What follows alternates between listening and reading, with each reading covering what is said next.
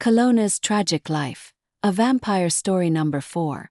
Kalona's Fall and Tragic Life, the fourth novella in PC Cast's House of Night series, delves into the origin story of Kalona, a powerful and complex character who plays a central role as both a villain and a tragic figure in the main series. This novella explores Kalona's creation, his fall from grace, and the events that led him to become an antagonist in the House of Night universe. At the beginning of the story, Kalona is introduced as a magnificent and divine being, created by the goddess Nyx herself. He is born as an immortal warrior with immense strength, beauty, and power, destined to serve and protect the world alongside his brother Erebus. Kalona's primary role is to act as Nyx's protector and champion, while Erebus, who is equally favored by Nyx, becomes her beloved companion. Despite his elevated status, Kalona soon becomes jealous of Erebus, feeling that Nyx loves Erebus more and that he is being forced into a lesser role. This growing sense of jealousy and bitterness causes Kalona to crave Nyx's exclusive love and attention, leading him to defy her wishes. He longs to possess her completely, believing that he is entitled to more than just being a protector. His ambition and desire for power blind him to Nyx's wisdom and love, setting him on a path of rebellion. When Nyx refuses to give him the love and adoration he demands, Kalona's pride is wounded, and he begins to harbor resentment toward her. Kalona's defiance and eventual betrayal of Nyx result in his tragic fall from grace. He is cast out from the otherworld and stripped of his immortal privileges, forced to live on Earth among humans. Consumed by anger and rejection, Kalona's once noble character becomes corrupted. He begins to see humanity as weak and undeserving of Nyx's love, and his interactions with mortals turn manipulative and destructive. His power is now driven by vengeance, as he plots to regain his former glory and take revenge on Nyx for rejecting him. The novella captures the deep emotional and psychological struggle within Kalona, showing how his fall from grace was not just the result of external circumstances, but also a reflection of his inner turmoil and flaws. Kalona's desire for love and power, coupled with his inability to accept rejection, ultimately lead to his transformation into a dangerous and dark figure. Kalona's Fall and Tragic Life provides readers with a richer understanding of Kalona's motivations and the tragic events that shaped him into the antagonist he becomes in the House of Night series. It is a story of ambition, pride, and the consequences of defying the divine, offering a nuanced portrayal of a character who is both a villain and a victim of his own flaws. Chapter 1. Intrigue begot curiosity, and curiosity begot exploration. Once upon a time long, long ago, there was only the divine energy of the universe. Energy was neither good nor bad, light nor dark, male nor female. It simply existed, a maelstrom of possibilities, clashing, joining, and growing. As energy grew, it evolved. As it evolved, it created. First came the creation of the realms of the otherworld, endless vistas filled with the dreams of divinity. These realms were so beautiful that they inspired energy to continue creating, and from the womb of each of the otherworld realms great solar systems were born, tangible reflections of the otherworld old magic. The divine energy of the universe was so pleased by its creations that it began to shift and change as vortexes of power within itself, moth-like, were drawn to the different universes. Some energy was content and rested, eternally existing in a swirling orbit of stars and moons and beautiful, but empty planets. Some energy destroyed its creations, more content with itself than with possibilities. And some energy continued to change, evolve, and create. In one otherworld realm, the divine energy was particularly questing and precocious, restless and joyful, because more than anything it desired companionship. So, from within the verdant groves and sapphire lakes of the otherworld, the divine fashioned fabulous beings and breathed life into them. The breath of the divine carried with it immortality and consciousness. The divine named these beings gods, goddesses, and fae. He granted the gods and goddesses dominion over all the otherworld realms, and tasked the fae with being their servants. Many of the immortal beings scattered throughout the endless otherworld realms, but those who remained pleased the divine greatly. To them the divine gifted an additional dominion over all other immortals, that of the stewardship of one particular planet in their system, a planet that intrigued the divine energy because it reflected the green and blue beauty of the otherworld. Intrigue begot curiosity, and curiosity begot exploration, until finally the divine could not resist stroking the surface of the green and sapphire planet. The planet awoke, naming itself Earth. Earth beckoned to the divine, inviting it within her lush lands and her sweet, soothing waters. Filled with wonder, the gods and goddesses watched. Enchanted by his own creation, divine energy joined with Earth. She pleased him greatly, but energy cannot be long contained. Earth understood and accepted his nature, never loving him less for that which could not be changed. Before he left her to rove the universe, seeking more companionship, divine energy gave the Earth his most precious gift, the magic that was the power of creation. Young Earth, fertile and sultry, began to create. Earth sowed the lands and the oceans with her gift of creation, and from them evolved such a magnitude of creatures that the gods and goddesses from the watching otherworld began to visit her often, reveling in the diversity of the living Earth. Earth welcomed the immortals, children of her beloved divine. She loved them so fondly that she was inspired to design a very special creation. From her bosom, she formed and then breathed life into beings that she fashioned in the very image of the gods and goddesses, naming them humans. Though Mother Earth was not able to gift her children with immortality, that was a gift only divine energy could bestow. She placed within each of them a spark of the divinity that had been shared with her, ensuring that even though their bodies must always return to the earth from which they had been made, their consciousness would continue eternally in the form of spirit, so that they could be reborn again and again to Mother Earth. Created in their image, Earth's children enchanted the gods and goddesses. The gods and goddesses vowed to watch over them and to share the otherworld with the divine spirits within them when the inevitable happened, and their mortal bodies died. Asterisk, asterisk, asterisk. At first all was well. Humans prospered and multiplied. They were grateful to Mother Earth, each culture holding her sacred. The gods and goddesses visited Earth's children often, and humans revered them as divine. Mother Earth watched, noticing which of the divine's children were benevolent, and which were impetuous, which of them were forgiving, and which were vengeful, which of them were kind and which were cruel.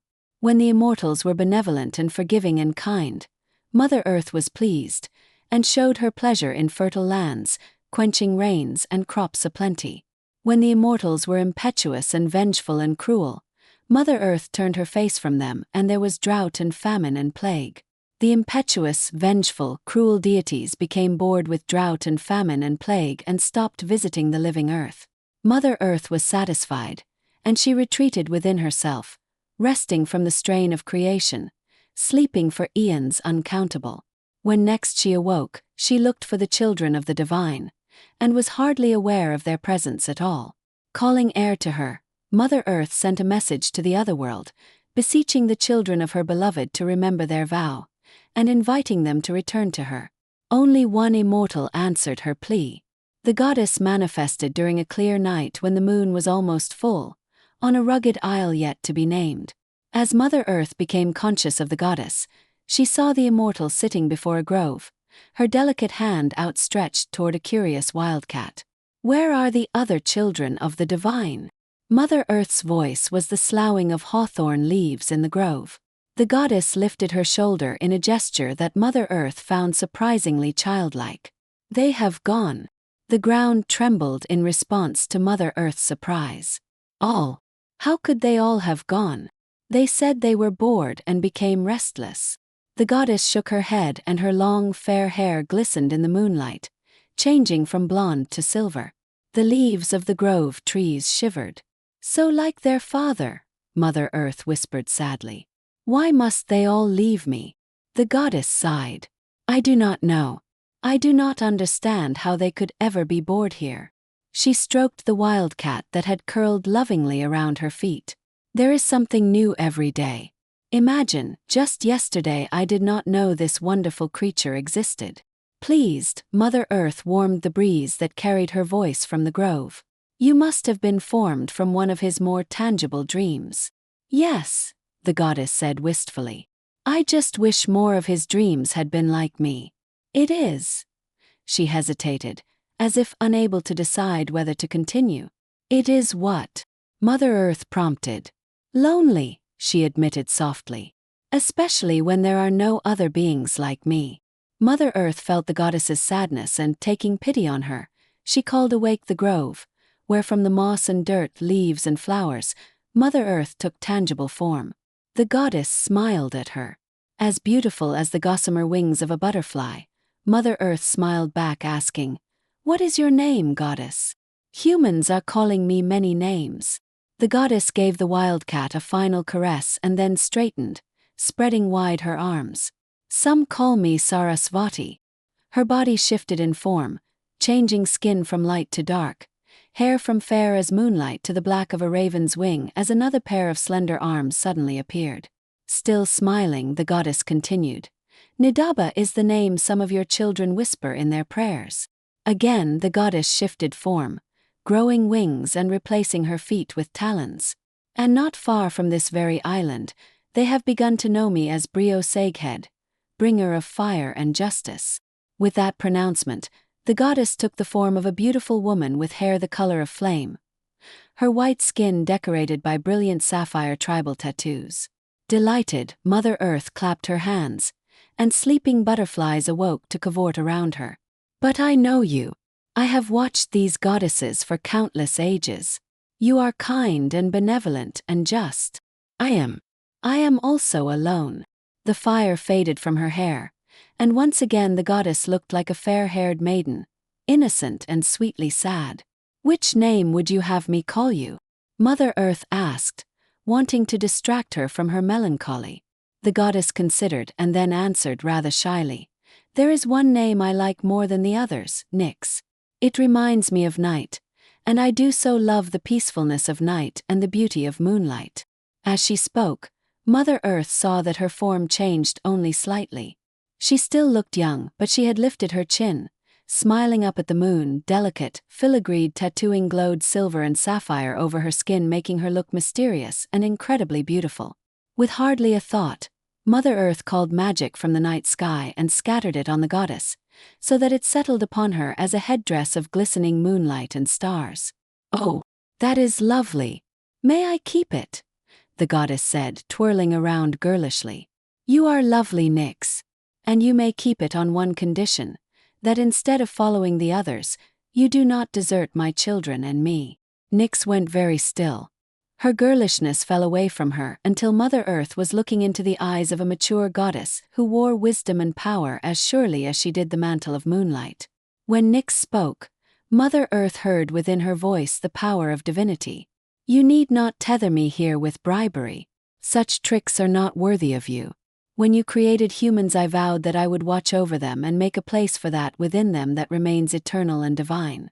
I never break a vow." Slowly Mother Earth bowed her head to Nyx. "Forgive me." "With all my heart," Nyx said. Mother Earth stood, and with the rustle of wind sweeping through a meadow of tall grass, she moved to Nyx and cupped the goddess's face between her verdurous palms. "And now I freely give to you a gift, one that is worthy of us both. Henceforth from this night I grant you command over my 5 elements: air, fire, water, earth, and spirit. Call on any, and they shall answer, doing your bidding eternally." Mother Earth bent and kissed Nyx on her forehead. From the center of Nyx's forehead a perfect crescent moon appeared, and on either side of her face, spreading down the goddess's beautiful body, a filigree pattern appeared, bearing signs and symbols that represented all 5 elements. Nyx lifted her slender arm, studying her new marks in appreciation. "That is as special as are each of the elements. I will treasure your gift eternally." Nyx's girlish smile returned. "For that I also thank you with all my heart. After tonight I do not feel so alone, nor so frightened." Frightened? But whatever could frighten an immortal created by the divine? Nyx brushed a strand of silver hair from her face, and Mother Earth noticed her hand trembled. "Darkness." The goddess whispered the word. Mother Earth smiled as she sat beneath the hawthorn tree nearest Nyx. "But you just spoke about the peace and beauty of night. How then could darkness frighten you?" "The night could never frighten me. It is not literal darkness of which I speak, but an intangible in which I sense a seeking, growing power that knows nothing of peace and joy and beauty, that knows nothing of love. Nyx spoke softly but earnestly. It has not fully entered the other world yet, but I have sensed it often here, on the mortal realm. I think it grows stronger the longer I am alone. Mother Earth considered her words carefully before she responded. I sense the truth in your fear. That this darkness has worsened with your loneliness tells me that what has happened to you is affecting my realm, and quite possibly it will spread to your other world. Goddess, I am afraid our realms have become unbalanced. How shall we restore what has been lost? Mother Earth smiled. I believe our first step has already been taken. Let us agree to be friends. As long as I exist, you shall never truly be alone again. Nyx flung her arms around Mother Earth. Thank you. Mother Earth returned her embrace. Dearest child, you have brought me much joy this night. Will you meet me again? Here in this grove, 3 nights hence when the moon is full. It would be my pleasure. Nyx stood and inclined her head regally to Mother Earth before. Grinning, she bent and scooped the wildcat into her arms. In an explosion of glittering silver stars, she and the beast disappeared. While she watched the trail of stars fade, Mother Earth rested against the skin of a hawthorn tree, thinking. For 3 days and 3 nights Mother Earth did not move. On the 3rd day the grove was so infused with the magic of her presence, it drew such bountiful sunlight that the brush covering the little island began to bloom purple with joy. Mother Earth smiled upon the sun, and the sun quickened in response. As night fell on the 3rd day, the moon, drawn to the grove by the magic of her presence, beamed so fully on the little island that the rugged clumps of rock that dotted the landscape changed color permanently, reflecting the white of moonlight, infused with the magic of night. Mother Earth smiled upon the moon, and the moon quickened in response. With a small sound of satisfaction, Mother Earth knew what she must do for this most special goddess Nyx. Chapter 2. It is because you do not ask that I wish to reward you, great goddess. Nyx dressed carefully for her visit with Mother Earth, directing the little fey Skid, the most godlike of the creatures created from the wisps of divine energy that circled restlessly in the atmosphere of the otherworld, to take special care with the draping of her silver gown.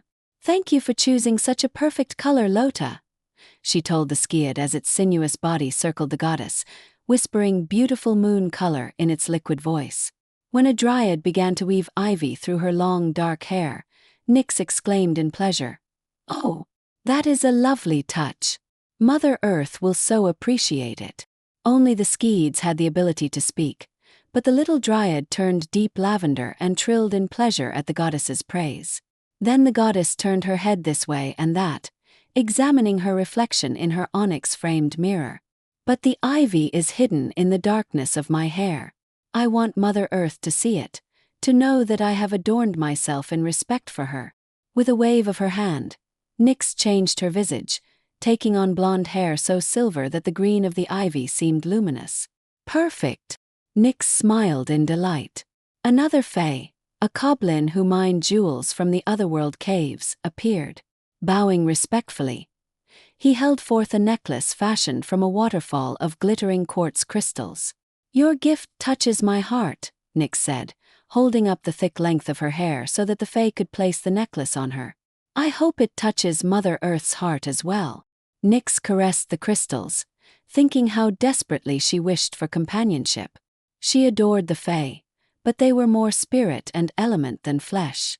Nyx did long for true companionship, the touch of another immortal. Nyx felt the sadness that radiated from the fae in response to her lonely thoughts, and was instantly sorry she'd given in to melancholy. She was the last of the immortals, and she knew the fae doted on her for more than just the affection shared between them. Like Mother Earth, they feared she would follow the others, would forsake her vow and leave this realm. Never! Nyx's voice was soft, but she spoke with finality, caressing a concerned Skid much as she stroked the wildcat, who now followed her everywhere. You have nothing to fear, she reassured Lota and the gathering fae. I will never break that vow or any vow I ever make, not throughout all of eternity. Now, please help settle in place the headdress of moonlight and stars that was my gift from Mother Earth, and worry no more." The Fae danced around her, coloring the air with happiness as they rejoiced in their goddess's fidelity. In the corner of the goddess's chamber, within the deepest of the shadows, something dark quivered. As if it cringed away from the contagious happiness of the Fae, it slid unseen from the room. Asterisk, asterisk, asterisk. Mother Earth was waiting for Nyx. She had already taken form and was standing before the grove, breathing deeply of the fragrant evening primrose from which she had fashioned her hair. She stroked the smooth, curvaceous skin she had fashioned for her body from the purest of clays. She called air to her, directing it to lift the diaphanous gown adoring silkworms had created for her. She knew she looked especially alluring. The sun had beamed down on her grove from dawn to dusk, and now, enwrapped, the moon watched. Mother Earth was pleased. The goddess manifested when the moon, full and attentive, was high in the clear night sky. "Nyx, you delight me. You've chosen my ivy for your hair. It complements the headdress as flowers complement a meadow." The goddess had chosen to wear the visage of a young girl with silver blonde hair and fair skin, and the familiar delicate tattoos decorating her smooth shoulders. Mother Earth smiled as Nyx flushed in pleasure. "Thank you. The Fae helped adorn me. They are clever and considerate, though they rarely speak." Nyx touched the crystal necklace. "A goblin made this for me." "Why, that is as lovely as your headdress. They must be very special creatures. I am intrigued to learn about them, as I have created nothing like them. Nyx, would you give them leave to visit me? I would welcome the presence of the Fae." "Of course. I'm sure they would be delighted. Would you mind if they allowed themselves to be seen by your children? I think it would make them less lonely, though I must warn you, some of the Fae can be rather mischievous."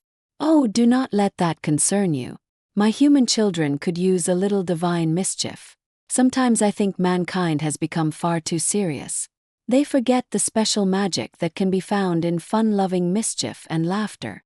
Mother Earth's own laughter caused the sleeping bluebells in the meadow before the grove to wake and burst into full bloom. "Those flowers are so beautiful. The Fae especially love bright colors." "Thank you, Mother Earth."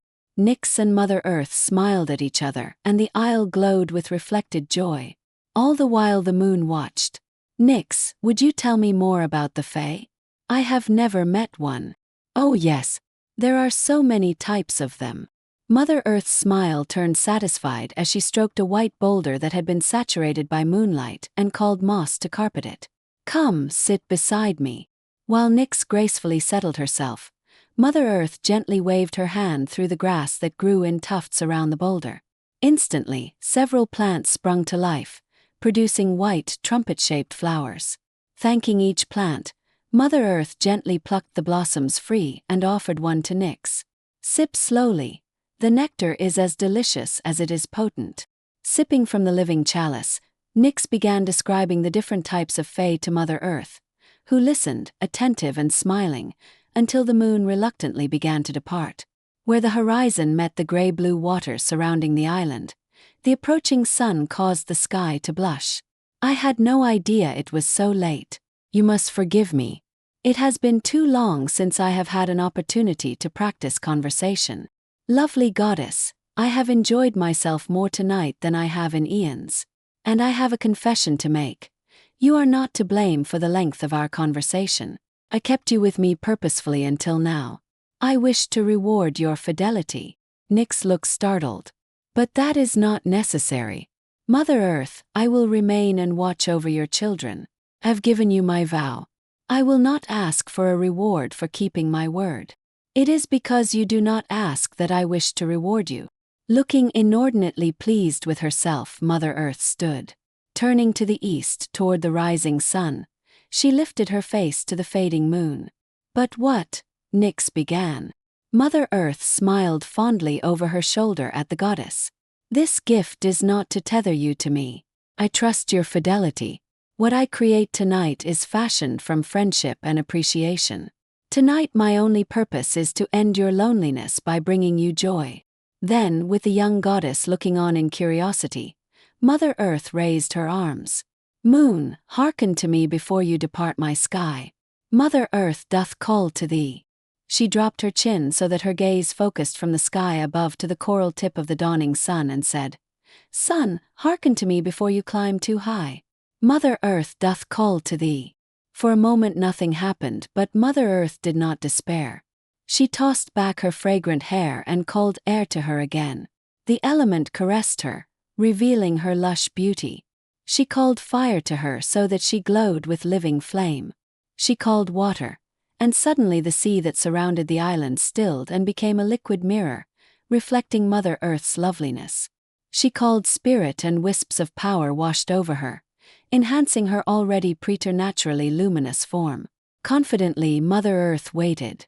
The moon responded first, forever changing Nyx's destiny. As if a pebble had disturbed the surface of a sleeping pond, the fading moon shivered and then brightened from gray to silver. Far above the grove, a deep voice echoed from the sky. The moon doth hearken to Mother Earth's call. What is thy will? Mighty moon is eager to fulfill. Just then the sun lifted above the watery horizon, shining the yellow and pink of dawn on the grassy ground before the grove. From over the stilled waves, a voice, equally as deep and powerful, echoed. The sun doth hearken to Mother Earth's call. What is it thee requires? The power of sun shall fulfill your desires. Mother Earth's smile was as promising and fertile as a meadow in spring. Mighty moon and powerful sun, twin guardians of my sky, I ask a favor from each of you. And what do I gain in return? Both voices spoke at the same time. Mother Earth's smile did not dim. She lifted her face to the moon. To you, mighty moon, I give dominion over my oceans. After this day, the tides will follow your will. Accept your gift. The moon's voice rumbled, deepening with pleasure. Mother Earth gazed fully on the rising sun. To you, powerful sun, I give dominion over my northernmost lands. For all of summer, you shall reign there supreme and never set. I accept your gift, the sun agreed eagerly. You have each spoken vow to me, thus you are bound, so mote it be, proclaimed Mother Earth. Know first that what I ask is not for myself, but for Nyx, the ever-faithful goddess who kept her vow and remained, the last of the children of the divine. There was a ripple in the air as the moon transmitted surprise. They are all gone. All of the gods and goddesses. All but this one, Mother Earth said. The air around the grove heated with the sun's shock. But it seems only yesterday that the gods and goddesses frolicked below and above. To me as well, Mother Earth agreed. Then she turned, beckoning for the pale, silent goddess to stand beside her. Taking Nyx's hand, she continued. But for Nyx, known by many names to my children, those days and nights have been long and empty. Were I not already bound by vow to aid, I would willingly reward this lone and lovely goddess, said the moon. Nyx's smile was filled with shy delight. Thank you, mighty moon. I have long relished your ever-changing face and your pure silver light. I too am pleased to aid one so fair and faithful, said the sun. And thank you, powerful sun. Your summer warmth has brought me countless days of pleasure, Nyx said, bowing to the east. Wonderful. Then let us make this dream so, cried Mother Earth. How? I am sorry, but I do not understand, said Nyx. Tell me, sweet goddess, if you could have a companion, brought to life by the might of the moon and the power of the sun, what would you have this companion be? With no hesitation, Nyx answered. He would be warrior and lover, playmate and friend. Very well then, that is what you shall have. Mother Earth squeezed Nyx's hand before releasing it and returning her attention to the listening moon and sun. She raised her arms again, and this time began to turn her hands gently, gracefully, as if sifting through invisible threads around her. Once more, I use that which the divine granted me. Power of creation, I call thee forth from the sky. Couple with the might of the moon and the power of the sun, and bring forth immortal life as companion to my faithful goddess. Mother Earth's voice took on a rhythmic cadence as she spoke the spell. She, loved so well by the divine. Creation is my gift. She, cherished so well by the divine. My call from earth to sky shall lift. I am she, beloved so well by a divine moon. Join true, join sure, join swift. Create warrior and lover, playmate and friend. Do not leave my goddess companionless, lonely with no end. The sky above the grove came alive with currents of glistening magic ancient as the divine, unending energy bound to obey the earth's command. It multiplied and divided, pulsing with the light of creation so brightly that even Mother Earth and the Goddess Nyx had to shield their eyes. Then the currents swept up to the fading moon and up to the rising sun. The moon and the sun blazed, pulsing with the joining so beautifully that Mother Earth thought it seemed that the sky kissed first the moon, and then the sun. There was an explosion of light above and around Mother Earth and Nyx, and then all was still. The sun continued to rise, silently, distantly. The moon faded into the heavens. Mother Earth had just begun to frown and was considering how she would penalize both moon and sun for not fulfilling their vows when she heard Nyx's surprised gasp. Mother Earth shifted her gaze. She had been staring up, expecting a being to float down from the sky. But her expectations had been incorrect. The beings were already there, kneeling before Nyx. In shock, Mother Earth watched as two godlings fashioned from the joining of the sky and the moon, and the sun and the moon, lifted their faces and gazed with utter adoration at their goddess. "They have wings," Nyx exclaimed. "And there are two of them," Mother Earth said, furrowing her brow in consternation. "Nyx, this did not go exactly as I had planned." "I think they are perfect," said the goddess. Chapter 3. She would be a mighty enemy. Newly created, Kalona opened his eyes. His first sight was that of Nyx. He didn't know her name then. All he knew was that her beauty arrowed into him and lodged somewhere so deeply that it made him unable to speak. She approached him first, though he was hardly aware of the other being kneeling beside him. She held out her hand to him and said the first words he ever heard.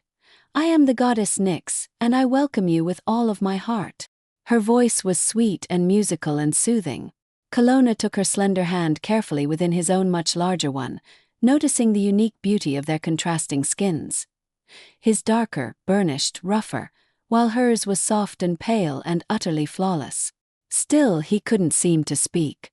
Her smile had his blood heating and his body feeling flushed. "And what is your name?" she asked him. "Kalona," he blurted.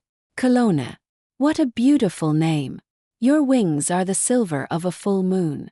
You must be the son of the moon," she said. "I am," he said, without stopping to wonder at how he knew it. "And I was fashioned for you." Her smile blazed, and Kalona could feel his heartbeat increase. "Goddess Nyx, I am Erebus, son of the golden sun. Hence the reason my wings are not the color of moonlight. I, too, have been fashioned for you." The other winged godling stood. "Excuse me, brother, but I cannot allow you to keep the goddess to yourself," he quipped as he stepped around Kalona, gently pulling Nyx's hand from his before Erebus bowed with a flourish of golden wings. Nyx turned her luminous smile to Erebus, and her delighted laughter seemed to sparkle in the grove around them. "Erebus, I welcome the son of the sun with all of my heart as well. Lovely goddess, have a care for how much of your heart you give away.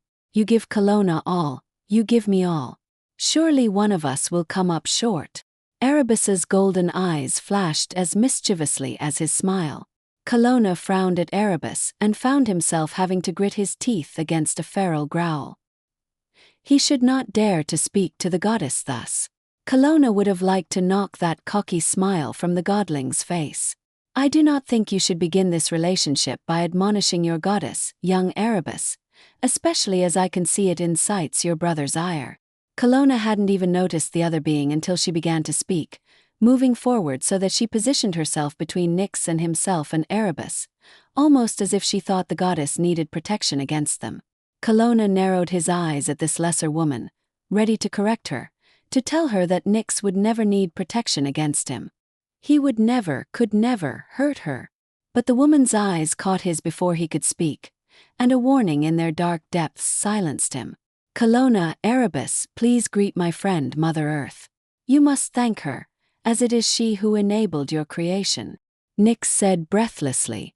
Erebus's smile was charming, his voice deep and gentle as he bowed to her, saying, "Great Mother, I greet and thank you, and I ask that you forget my first mistaken attempt at humor. I assure you that my intention was not to admonish my goddess, though I admit to finding it amusing that I was able to so easily incite my brother's ire. Precocious, so precocious." Mother Earth smiled at Erebus as she spoke, embracing him gently and making it obvious that she liked the sun godling's precociousness. Kalona stood and bowed deeply, respectfully. "I greet you, Mother Earth, and thank you for the role you played in my conception." "You are welcome, Kalona." She embraced him as well, but Kalona thought it was with much less warmth than she had embraced his brother.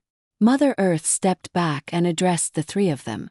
"So you each acknowledge that I do have a maternal responsibility here," said Mother Earth. "Indeed you do, my friend," Nyx responded readily. "And I shall eternally thank you for it." "Eternity is such a long, long time," Mother Earth said, studying Kalona and Erebus in turn. "I suppose you will want to take them back to the other world with you?" Kalona's gaze locked with Nyx's.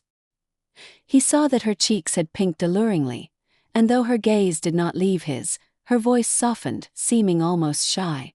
"Yes, I will. Today." "Today," Nyx said, nodding her head, still not looking away from Kalona. "The other world," Kalona said, finding his voice. "Even the name sounds magical." Nyx rewarded him with an intimate smile. "It is beautiful, much like this planet, only it is filled with ancient, divine magic and powers that are sometimes difficult for even me to wield. Such powers can be exhausting," she finished, suddenly sounding older and tired. "My goddess, I will help you wield the powers that exhaust you," Kalona said, taking an eager step toward her. "And yet it is not your place to wield the old magic of Nyx's other world," Mother Earth said, also taking a step closer. Kalona felt the heat of Mother Earth's power, and of her displeasure. Their gazes met, hers even more unflinching than his. She would be a mighty enemy. The knowledge echoed through his mind. Kalona backed down and bowed his head slightly in acknowledgement of Mother Earth's might. Erebus seemed not to notice Mother Earth's intense displeasure. His voice was as light as his smile. "What would we want with Nyx's magic? There is magic aplenty in the divine ether that created us. Should we need power, we have but to call on it. It must answer us, as that is our blood right as sons of the divine. Great Mother, our matriarch, I assure you, my brother and I have no desires other than to serve Nyx. Remember, Mother Earth, the winged immortals were created for me and not against me," Nyx said, agreeing with the golden-winged immortal. "Yes, I know. They were created by me." Mother Earth was not so easily placated. She faced off against Kalona and Erebus. "You were created by me to serve Nyx. Therefore, it is my responsibility to see you are willing and able to fulfill your twin destinies as warrior and lover, playmate and friend. Nyx, do you agree that this is my responsibility? My gratitude is such that I will never debate responsibilities with you. Instead, I freely acknowledge that you are mother and creator of all of this." Nyx paused, sweeping her arm gracefully in a gesture that took in the whole of the earth, as well as the two winged immortals. "Simply tell me how you propose to fulfill your maternal responsibility. I shall not naysay you." Kalona felt his stomach tighten as Mother Earth continued to study them carefully, as if searching for flaws. "I take you at your word, Nyx. This is what I propose," Mother Earth said, sending Nyx a maternal and very satisfied-looking smile. "Under my supervision, your two winged immortals must complete 3 tasks each for you, proving that they are powerful and wise and loyal enough to be worthy of you." "That sounds delightful, doesn't it?" Nyx said. "Absolutely," Erebus said. "I look forward to proving my worth to you," Kalona said. "Delightful," Nyx repeated, meeting Kalona's gaze. "Then we begin immediately," Mother Earth said, cooling the heat that Nyx's gaze had been building in Kalona's blood. "Immediately," Nyx said, obviously less pleased than Mother Earth. "Oh, child." Mother Earth put her arm around the goddess. "Savor these first wondrous steps. The magic of discovery is always sweeter if it has been earned." Nyx brightened. You have been right thus far. I trust you. The goddess turned back to Kalona and Erebus. I ask that you follow Mother Earth's edicts as if they were my own. She is my true dear friend. Nyx looked from them to Mother Earth. What is it you would have them do? There are to be 3 tasks. For each of them I would have Kalona and Erebus choose an element, 3 of the magical 5. Air, fire, water, earth and spirit. Along with the element of their choosing, I gift them with a wisp of creation energy. Mix my gift with the power of the divine that Erebus has so recently claimed as their birthright. She paused and bowed her head slightly to Erebus in acknowledgement. And they must each create something here. Her hand swept out, a gesture that mirrored Nyx's. That will delight you there. Mother Earth lifted her arm, pointing up into the brilliant blue of the morning sky. What a wonderful idea, Nyx said, clapping her hands together happily. Kalona frowned. Creation through elements. Fashioned here and enjoyed in the other world. I do not intend impertinence, Mother Earth. But how are we to complete these tasks without knowing anything about the Earth or the other world? Mother Earth waved her hands dismissively. You carry the immortality of divine energy, that which created us all. Look within. You already know the other world. The rest is simple if you take the time to learn about my Earth and my elements. And we know our goddess, Erebus said, smiling fondly at Nyx. We were created knowing our goddess. Pleasing her is our pleasure. Kalona growled again. Mother Earth narrowed dark eyes on him, giving him a hard look, as if she were truly a mother and he her errant child. Which element will you choose first? Nyx asked, seemingly oblivious to the tension between Kalona and Mother Earth. Kalona was certain the goddess had spoken to him, but it was his brother who answered. Air, of course. It was from air that we were fashioned for you. It is only right that air continues to delight you. An excellent choice, Erebus, Mother Earth said. Until you each call into being your creation, I grant you dominion over air. So I have spoken, so mote it be. A whoosh of wind washed over them, punctuating her words. Then she took Nyx's hand and wrapped it through her arm. Come, Nyx, let us leave your immortals to the first of their tests while we drink more nectar and you introduce me to some of your interesting little fae. But what exactly are we supposed to create? Kalona asked, hating the desperation he heard in his voice. Mother Earth glanced over her shoulder at him. If you are clever enough to claim a place beside this lovely, faithful goddess, you are clever enough to figure that out on your own, unless you fail the test, Kalona. I will not fail, Kalona said through gritted teeth. But if you do fail, Mother Earth said, you will not be allowed access to the other world, not until you pass all 3 tests. Agreed. Willingly agreed, Erebus said. Agreed, Kalona said, though reluctantly. But I am quite sure you will not fail, Nyx said. Her words were balm to him until she turned her gaze from him to his brother. Neither of you will fail me. And I cannot wait to see your creations. Oh, one last thing, Mother Earth said. My world is populated by humans, mortals fashioned by me in the image of the immortals. They are beloved by me. Have a care with them. No doubt they will mistake you for gods. If you must interact with them, be quite certain that they know it is a mistake. You are warrior and lover, friend and playmate. You are not gods. Do you understand me? The winged immortals murmured tandem assurances that they did, indeed, understand Mother Earth. Good. When you have gained enough knowledge and are ready, use air to summon me.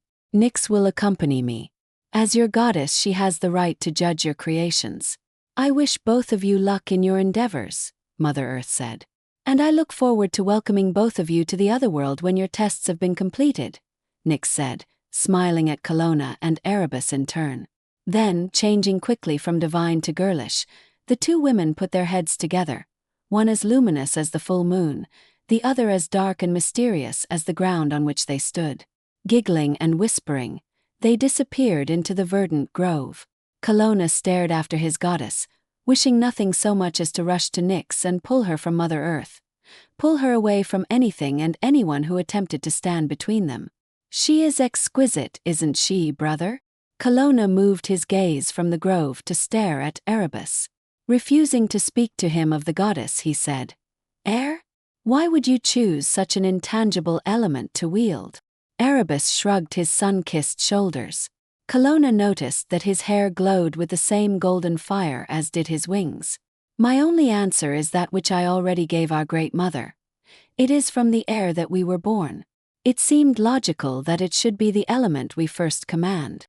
"She is not my mother," Kalona said, surprising himself. Erebus's golden brows raised. "I think our goddess might disagree with you." "Our goddess?" Kalona hated the sound of those words. "Spend your time thinking of what you will create," Kalona told his brother sharply. "For I assure you, what I create will be worthy of her." "I do not believe these tests are meant to be a competition," Erebus said. "Well, brother, I think our goddess might disagree with you." With those words, Kalona took several strides toward the shoreline. He leaped up at its very edge, beating his wings powerfully and using invisible currents of energy to lift himself. He could feel Nyx's gaze on him, and, just before he disappeared into the horizon, Kalona glanced back. She was standing at the edge of the grove, staring up at him and smiling with a warmth that he could feel against his skin. Kalona met her eyes and touched his lips with his hand. Almost as if they were mirrored beings, Nyx lifted her own hand to touch her lips. "She loves me best." The words in his mind matched the beat of his mighty wings as Kalona climbed into the sky, intent on creating that which would prove he was worthy of his goddess's favor. Chapter 4. At that moment, Kalona was absolutely content. Kalona didn't think much of the mortal earth. He crossed a great body of water to find a large, fertile continent. But much of it was too hot or too cold. Much of it was uninhabited, and that which was populated by Mother Earth's human children was far from what Kalona's predetermined consciousness considered civilized. He avoided them. Humans might have been created in Nyx's image, but they seemed shallow and uninteresting when compared to the glory of his goddess. Kalona roamed the vast continent, thinking of Nyx. He finally came to rest near the center of the continent, drawn down by an expanse of wild grasses that seemed to stretch from below him all the way to the western horizon. He came to ground at the edge of the great prairie, near a sandy stream that rolled musically over smooth river rocks. Kalona drank from the clear, cold water, and then he sat back against the rough bark of a tree. What could he create from invisible air and divine power to please Nyx? He searched within and easily found the divine power that hummed through his blood. Using it, he focused his consciousness outward, and up, far up above the edge of the prairie and the mortal earth. There he found currents of magic, divine trailings of raw and ancient power, the same power that coursed within his blood. Experimenting, Kalona snagged a fragment of ethereal power, pulling it down to him. Then he stood, readying himself, and called somewhat tentatively, "Air?" Instantly, the element responded, swirling around him. "Show me what you can do." Kalona felt foolish, speaking aloud to an invisible element. He pointed at an enormous tree that had somehow grown away from the timberline, proud and alone, well into the tall grasses of the prairie.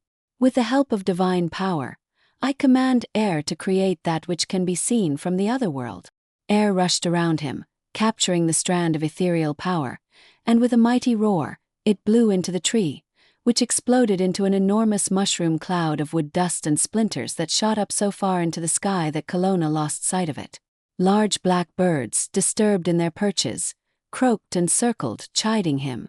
The immortal sighed. He did not think that the explosion of a tree, no matter how spectacular, was what. Kalona's thoughts were interrupted by a sudden influx of power, something that poured into him, as if it were a backwash of energy from the destruction of the tree. Kalona shook his head, clearing his thoughts. His body tingled briefly, but within seconds the sensation dissipated, leaving him feeling empty and confused. He frowned. He must remember that he was new to this world, new to the powers he had been born to wield. Perhaps he was meant to absorb the remnants of unused energy. Kalona ran his hand through his long, thick hair, speaking his frustration aloud. "How am I to know? It is unfortunate that Mother Earth couldn't allow time for adaptation and understanding before she foisted tests upon me, especially tests that are meant to establish my worth. Well, he had successfully used air and the power of the divine together, and the result probably could have been viewed from the other world, as well as from the sun and the moon. But Kalona didn't believe Nyx would find the sight of splinters and dust and annoyed birds very pleasing. It certainly did not please him as minuscule fragments of the tree began raining down. Kalona was still frowning as he brushed the settling wood dust from his wings. "Air is a ridiculous element," he muttered, and then, engulfed in a cloud of wood dust, he coughed and continued brushing dust and shredded leaves from his wings. "O winged one, great God, we beg to know your name so that we may worship you and not incur your wrath. Please do not destroy us as you did the great spirit tree." Coughing, Kalona looked up from his wings. Squinting through the dust-laden air, he saw a group of natives dressed in leather and feathers and shells prostrating themselves on the opposite bank of the stream. He glanced behind them and stifled a sigh and another cough, tallying one more in his list of mistakes. He'd been so concentrated on the sea-like grass prairie and on wielding his power that he hadn't noticed he'd come to ground not far from a human settlement. Kalona squared his shoulders. Covered in dust or not, he must say something to these curious and mistaken children of Mother Earth. "I am Kalona," he said. They cringed in fear, and he realized he must modulate the power in his voice. He cleared his throat and began anew. "I am Kalona, and I have not come to destroy you.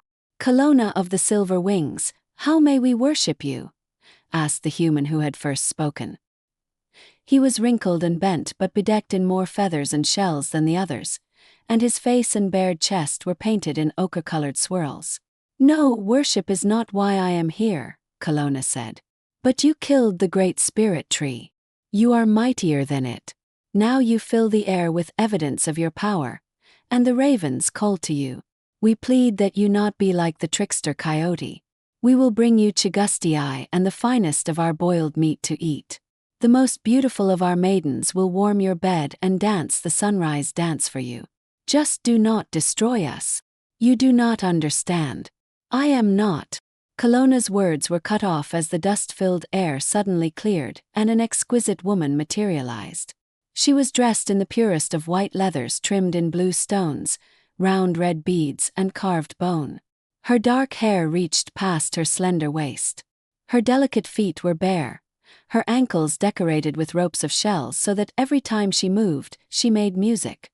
Her brown skin was painted with ancient symbols in a blue so dark and rich the design seemed liquid and ever-changing.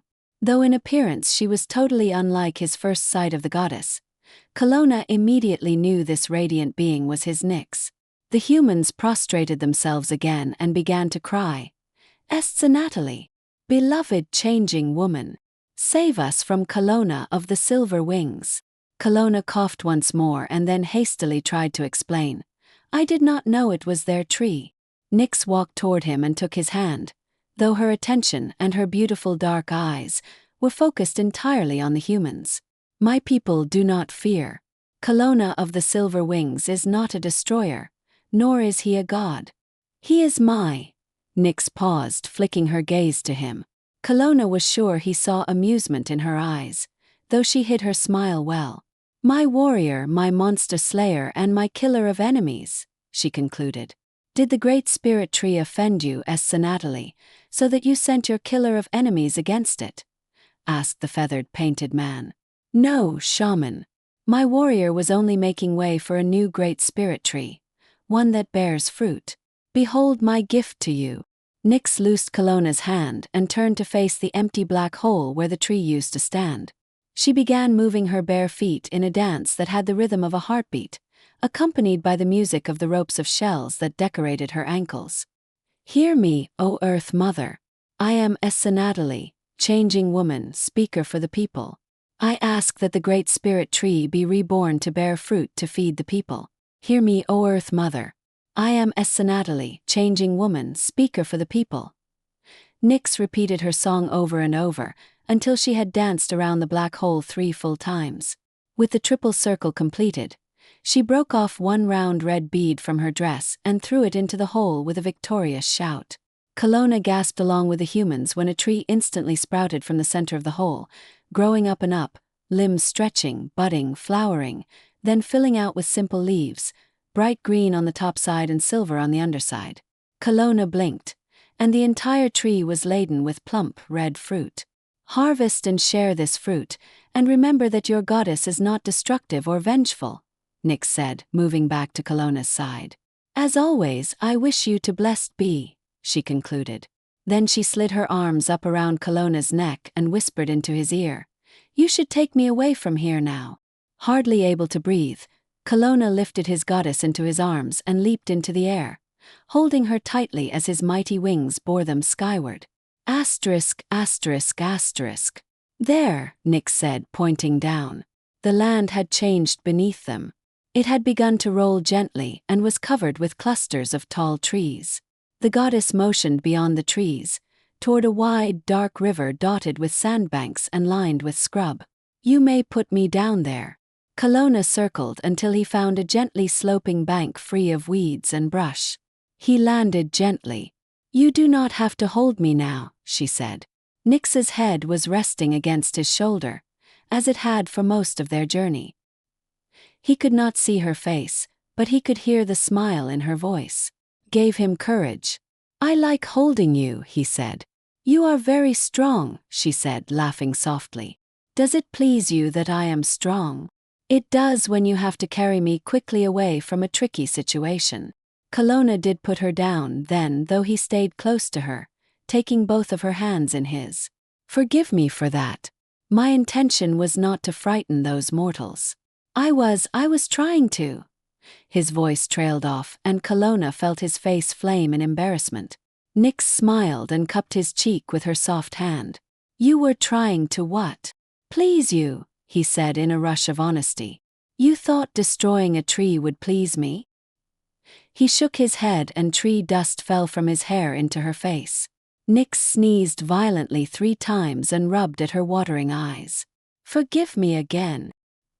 He lifted his hands impotently, trying to help her, and as if it had just been waiting for that movement of his hands, more dust rained from his arms onto her face. She sneezed again and, unable to speak, motioned for him to step back.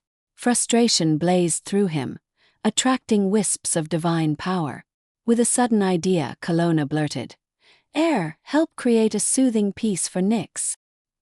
He held his breath while air whirled around his goddess, carrying the luminous fragments of his power so that they gently brushed against her skin, blowing the dust from her face and leaving her blinking away the last of her tears and smiling at him. Now that pleased me. Thank you, Kalona. Then you forgive me for the tree, and frightening those humans, and the dust. Of course I do. You meant no harm with any of it. Though I still do not understand what you intended to create back there.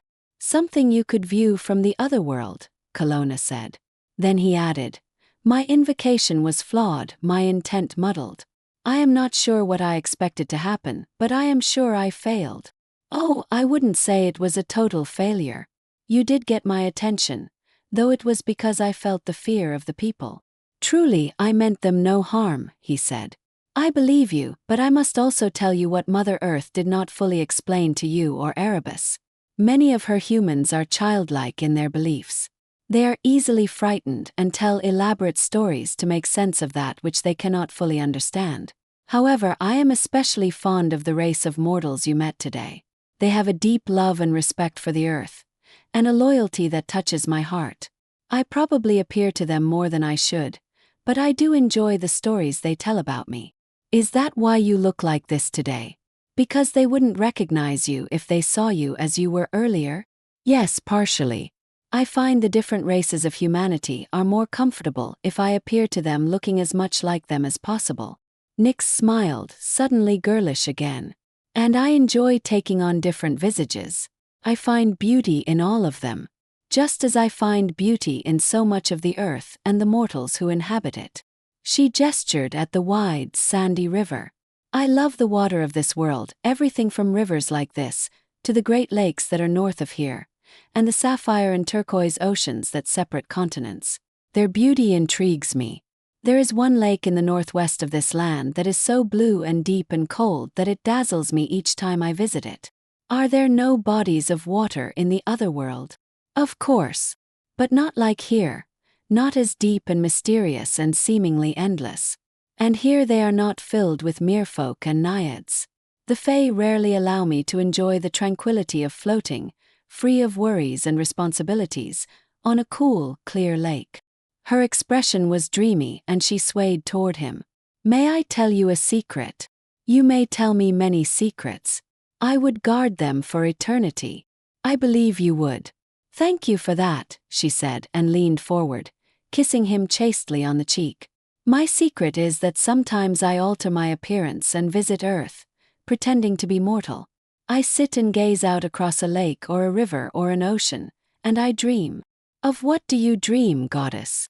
Kalona asked, the skin of his cheek still tingling from her kiss. I dream of love and happiness and peace. I dream that there is no darkness in this world or in mine. I dream that mortals would stop struggling against one another and unite instead. And I dream that I am not eternally alone. But you are a goddess, immortal, divine, and powerful. Could you not force the mortals to be peaceful, to shun darkness? Nyx's smile was sad. I could if I wanted to take free will from them. I wouldn't like that though. And I promise you they wouldn't either. And I am beginning to understand that even the absence of strife would not rid this world or mine of darkness. Explain this darkness of which you speak, Kalona said. I don't think I can, or at least not well. I am inexperienced with it. So far I have only sensed its malevolence and witnessed what those under its influence will do. Humans can be very cruel when incited. Did you know that? Kalona did not.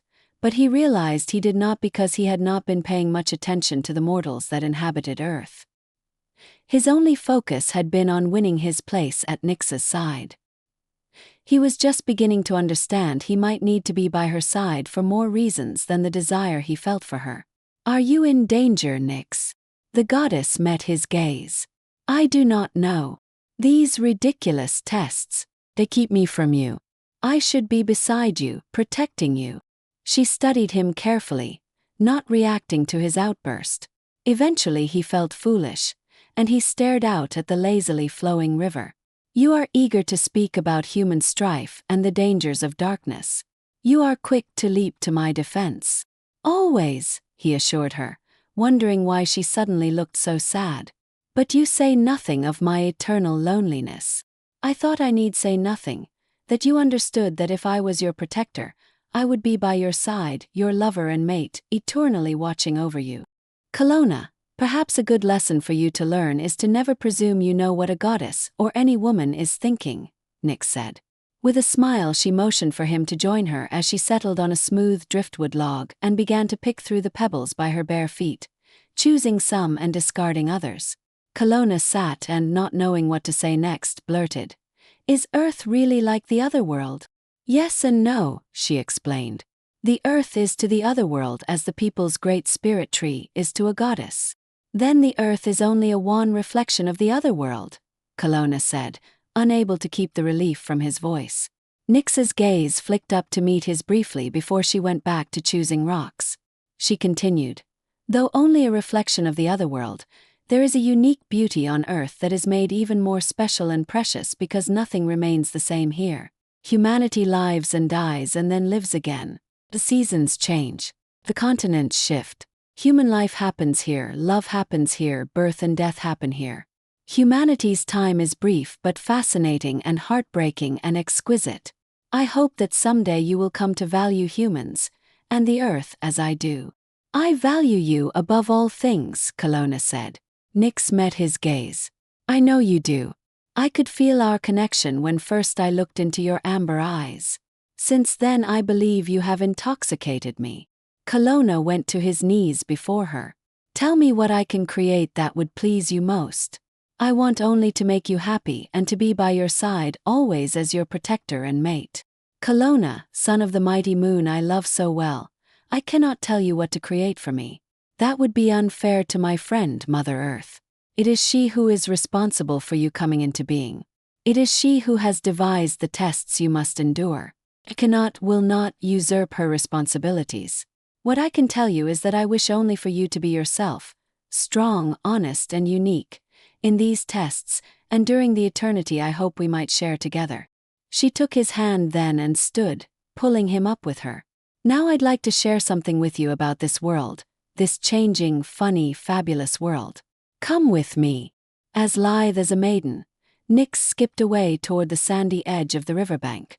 Willingly, Kalona followed the music of shells she left in her wake.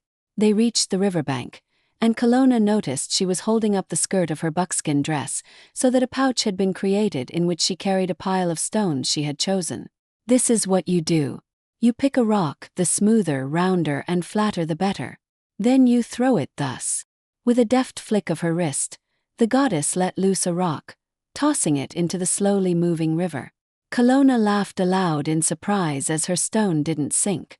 Instead it skipped over the top of the water, as gracefully as Nyx had skipped to the edge of the bank.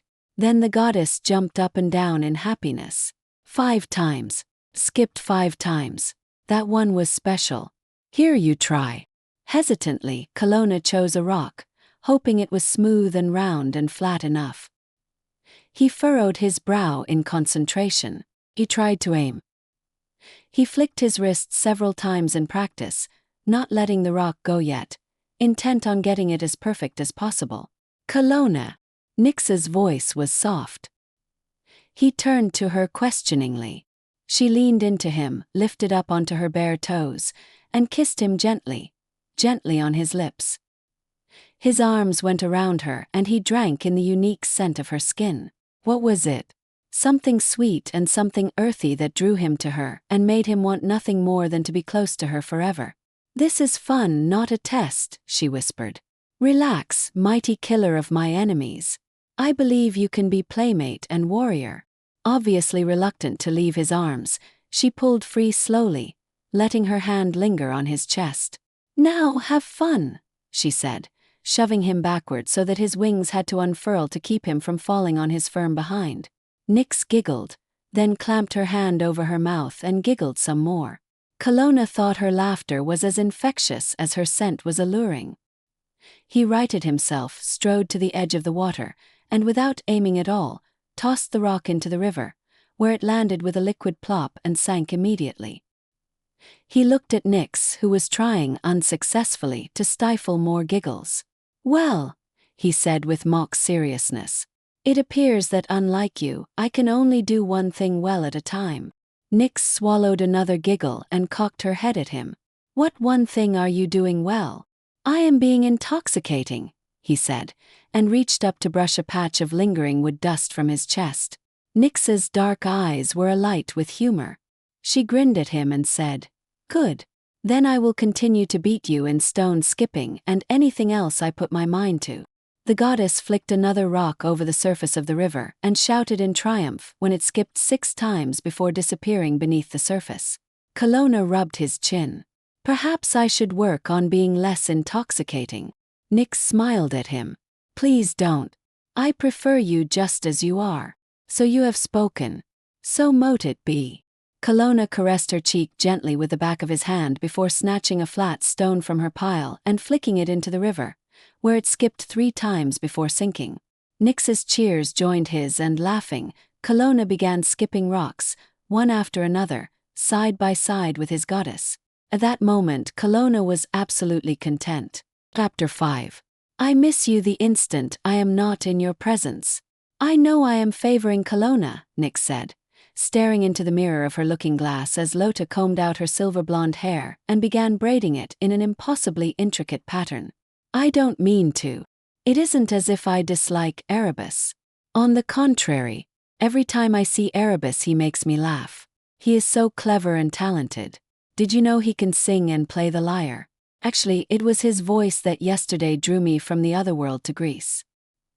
He was playing and singing so beautifully that all of Delos had named him Winged Apollo Incarnate.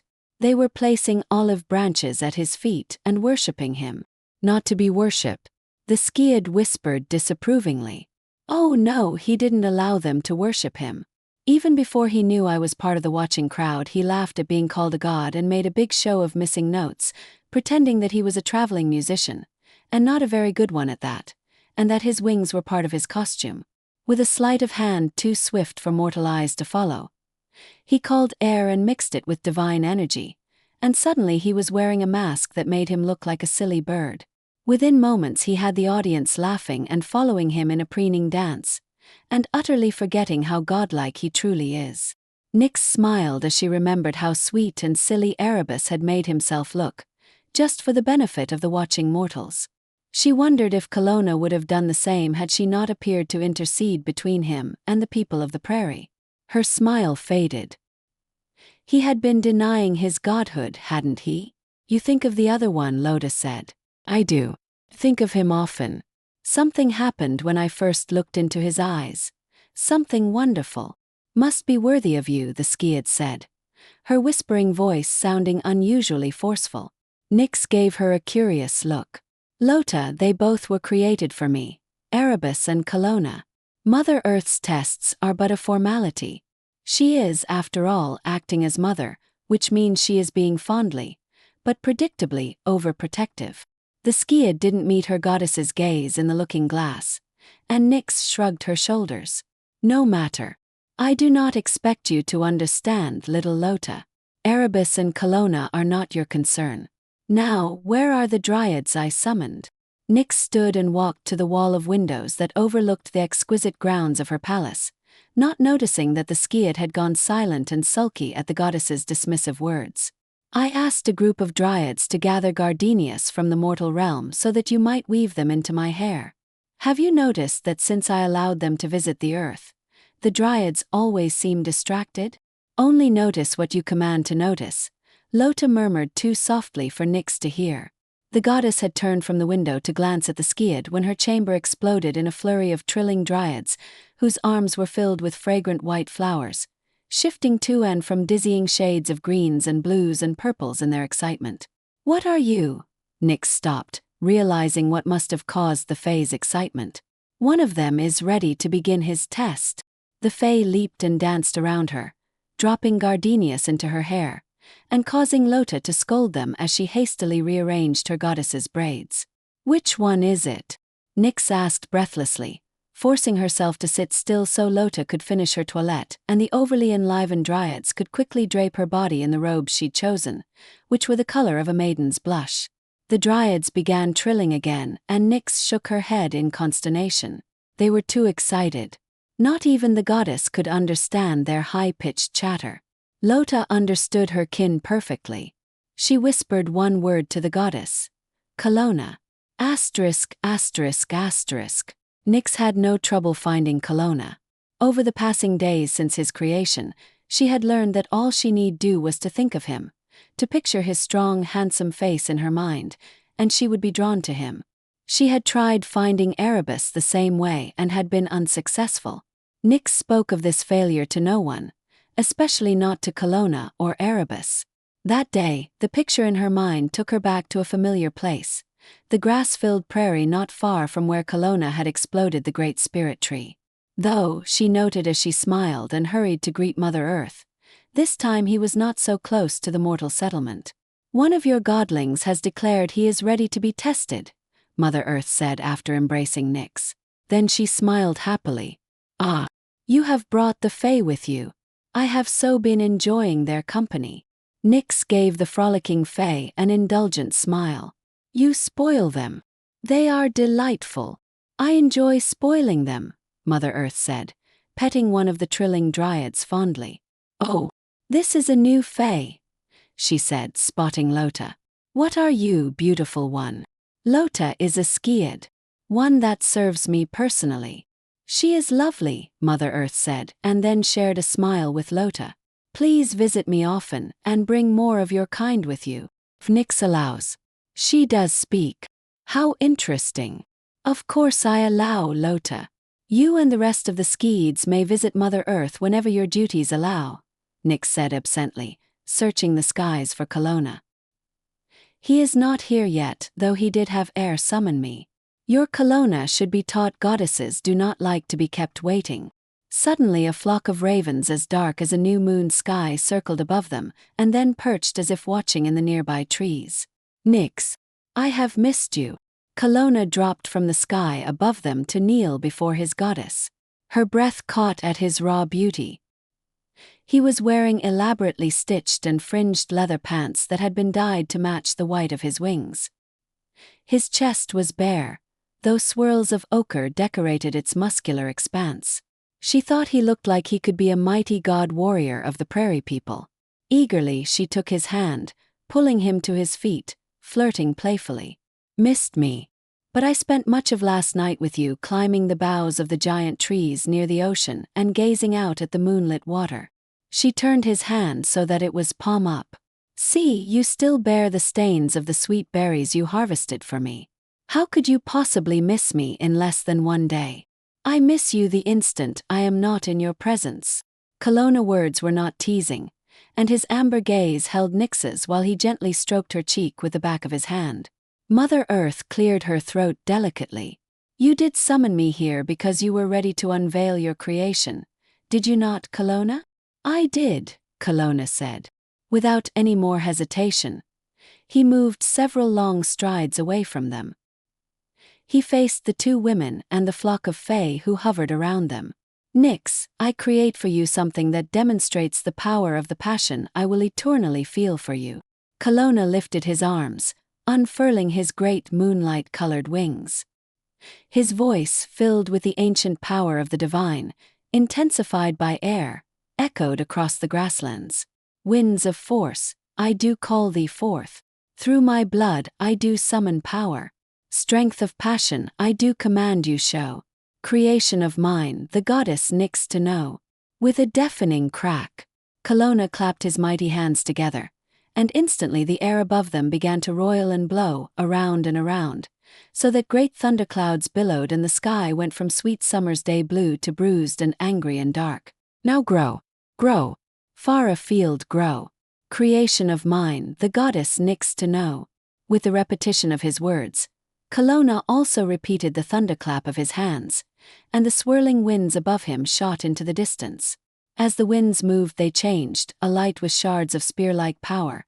They roared, forming a vortex that became a funnel, which dipped down, until its gray tail met the prairie in an explosion of one element clashing with another. The funnel skipped across the grasslands, leaving a trail of destruction in its wake. Nyx forced her gaze from Kalona's terrible, wondrous creation to look at him. Kalona blazed. He stood in the center of a maelstrom of wind and power, staring at her with a desire so powerful it frightened her. The goddess could not speak. She was trapped in his gaze, drawn and repelled, equally as afraid of losing him as of accepting him. Control it, you fool. Mother Earth shouted her command over the wind. It has changed course. Nyx looked to where the funnel had been only moments ago. It was gone. She searched the sky and realized it had skipped across the flat ground of the prairie, changed direction, and was heading toward the timberline, which held the settlement of the people. Air, I command you depart, Kalona cried. But Kalona's task was complete, and he no longer commanded air. The whipping winds within the funnel howled and grew, bearing down on the campsite. From the sky there was a flash of gold and Erebus dropped to the ground, standing tall and proud between the whirlwind and the tree line. In a strong, sure voice he commanded, winds of storm and lightning, passion and power, I command thee with a different intent. Peace and calm I do bring to this hour. My creation to the goddess I present. Erebus clapped his hands together, and sunlight burst from his palms, spearing into the heart of the dark, whirling funnel cloud. Like dew scorched by summer sun rays, the clouds parted, dissolving the passion of the storm. From the very center of what had so recently been a spiral of chaotic passion and power, color grew and arched, spreading in a brilliant bow of yellow and pink, crimson, purple and green. The dryads, who had been cringing in fear, hiding down in the tall grass, crept out, cooing and trilling in appreciation of the colorful show. Even Lota, who had been cowering behind Nyx, peeked out and gasped in pleasure. Do you like it? Erebus asked, jogging up to Nyx and bowing first to her and then to Mother Earth. I was a little rushed. I had planned to present it for you at dusk today, when the colors would look most brilliant, but I was drawn here by that maelstrom, and knew my plans must change. Erebus frowned at Kalona. What were you thinking? I was not thinking about you.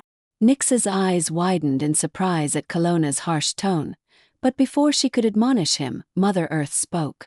You were not thinking about anyone except yourself. Kalona, you have failed this test. Her displeasure caused the prairie grasses to shiver. Mother Earth turned her back on Kalona and went to Erebus, embracing him warmly.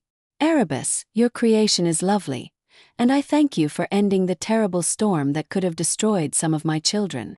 Wait, my friend.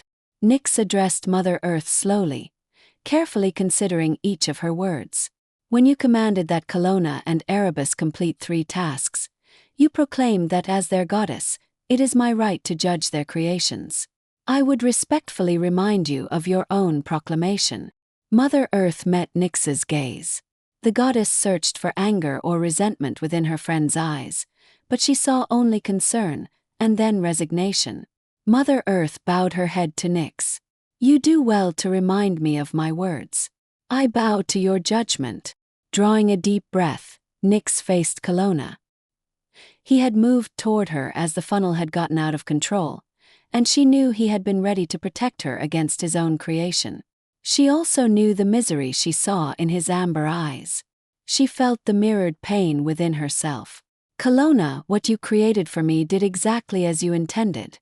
It demonstrated the power of your passion, and I could view your whirlwind from the other world. I appreciate your strength and your desire to share your innermost passions with me. You do wield the power of an immortal warrior, my immortal warrior, and that pleases me. But if you are ever to be more than warrior to me, you must temper your passion with kindness, your power with control. She closed the space between them. She needed to touch him, to let him hold her in his arms as he had the night before, as he had fed her berries and gazed at the moonlit ocean with her. But for his own sake, Nyx denied her need and finished her judgment. I understand the intent behind your creation, and because of that you did not fail the test, but you did not please me either. Kalona's shoulders drooped and he did not meet her eyes. I ask that you forgive me and give me another chance to please you, for I desire to be much more than your warrior. Readily, I forgive you and grant you another chance. Which element would you choose to wield? His gaze found hers again. The one that is so favored by you, water. My friend, Nyx said, looking from Kalona to Mother Earth. Mother Earth nodded and said, until you each call into being your creation, I grant you dominion over water. So I have spoken, so mote it be. Thank you, Mother Earth, Nyx said. Without another word to Kalona, Nyx turned her back to him and walked to Erebus. Embracing him warmly, she said, Erebus, your bow of color is lovely. You have pleased me greatly. Would you walk a while with me? I would like to introduce you to the people of the prairie. After what they have witnessed today, I am sure your music would bring them much needed delight. Goddess, it is my greatest pleasure to do your bidding. Nyx let him take her hand, and together they walked through the grasses toward the timberline. Though she wanted to, the goddess did not allow herself to look back at Kalona even once. Chapter 6. Trust me, goddess. I would never let you fall. Kalona sulked for several days after the test, replaying over and over again in his mind the disastrous conclusion to what he had intended as an awe-inspiring demonstration of passion and power. How had it gone so terribly wrong? He had practiced day after day on the grassy prairie. The neighboring tribe of prairie people could have attested to the fact that he had created many whirling funnels of wind and magic, and that he had easily controlled them. The local mortals had even begun leaving gifts of food, clay pots filled with precious ochre, and carefully made clothing for him. Remembering Nyx's fondness for these particular people, Kalona had dressed carefully for his test, decorating himself to please her. But nothing had gone as Kalona had planned. Erebus had saved the day and won Nyx's pleasure. Kalona could not bear to think of what else Erebus had won from Nyx. He would not allow himself to fail again. It is that wretched elemental magic that was at fault. Air is so unpredictable, so changeable. It was Erebus's choice in elements that was flawed. Though is my choice of water any better? He paced around the clearing he had begun to think of as his own. It was far enough from the tribe of prairie people that they did not often pass by, and close enough that the offerings they had continued to leave for him were easily accessible. The people did not particularly interest Kalona, but their food did, as did the thick, soft furs they'd left for his sleeping pallet. Not surprisingly, Mother Earth's surface was as hard and uncomfortable as her admonishing gaze. The immortal had no true need for sleep, though that did not mean he didn't appreciate a warm, soft spot on which to rest his body. Croak, croak, croak. Above Kalona, the ravens that had taken to following him around the prairie lent their words to his tirade. If you must shadow me, do it quietly. The black birds preened and stared at him. Kalona shook his head. I have to find my focus. I must wield water more wisely than I did air. I must win Nyx's pleasure from Erebus. That shouldn't have been so difficult. Before the botched test, Nyx had regularly sought him out. They had spent many days and nights together, and she had seemed well pleased to be in his presence. Without being wooed by an unpredictable element, Kalona shouted his frustration, causing the ravens to flutter their wings restlessly. Kalona stopped pacing and reasoned aloud. I pleased her without using an element or invoking divine magic to do so. I did it before, and I shall do it again. And from an intimate, pleasant interlude wherein I remind her that it is me she desires, not magic or elements or the unpredictable power of creation, I will take her to my next test. It will be something as simple and intimate as our interlude, and I will be victorious, winning Nyx's favor. Kalona hurried to the pile of furs and leathers and such that were rich gifts from the prairie people. He dug through the mound until he found what he sought, a knife made of a black stone, hewn to a strong, sharp point. I am liking these prairie people more and more each day. Kalona rolled the knife and a basket of fruit and fragrant flatbread within the softest of the furs, and then he took to the sky and headed into the northwest, seeking that which he knew would please his goddess. He didn't use magic to fell the tall pine tree, though he did use his immortal strength, as well as his preternatural speed, to hollow it out and carve from it the form of a gracefully pointed boat. Kalona found he enjoyed using his hands as much as he enjoyed the scent of wood and the sight of the azure lake. Nyx had been right about the beauty of the lake. Its color was so lovely that he often glanced at it to be sure it wasn't just a trick of his sight. But it didn't change. Even under the moonlight, the huge round body of water, dotted with one tree-covered island, seemed to glisten aqua, its high sides looking like a bowl made of clouds that had trapped the sky. Kalona worked without pause all day and night on the little boat, and as he worked he thought of Nyx.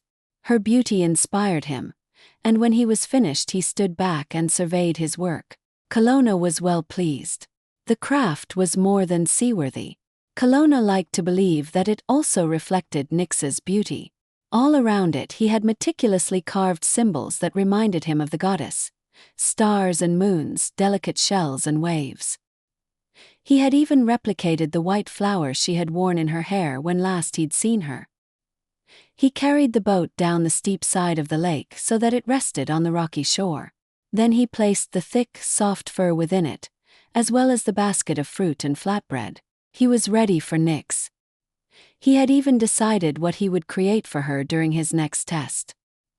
He hadn't practiced over and over again as he had with the funnel cloud, but he felt confident that he had changed his intent enough that he wouldn't make the same mistake as before. This time he would not show her the power of his passion. This time he would make tangible the delight he felt at her beauty, and show her how much he cherished her, in whatever visage she chose. There was just one thing that he couldn't figure out, and that was how to get Nyx to come to him without using water to summon meddling Mother Earth. He wanted to be alone with his goddess before the test, to show her what his own hands had created for her before he wielded magic and water and put on the requisite public show. Kalona had never had to call Nyx to him before.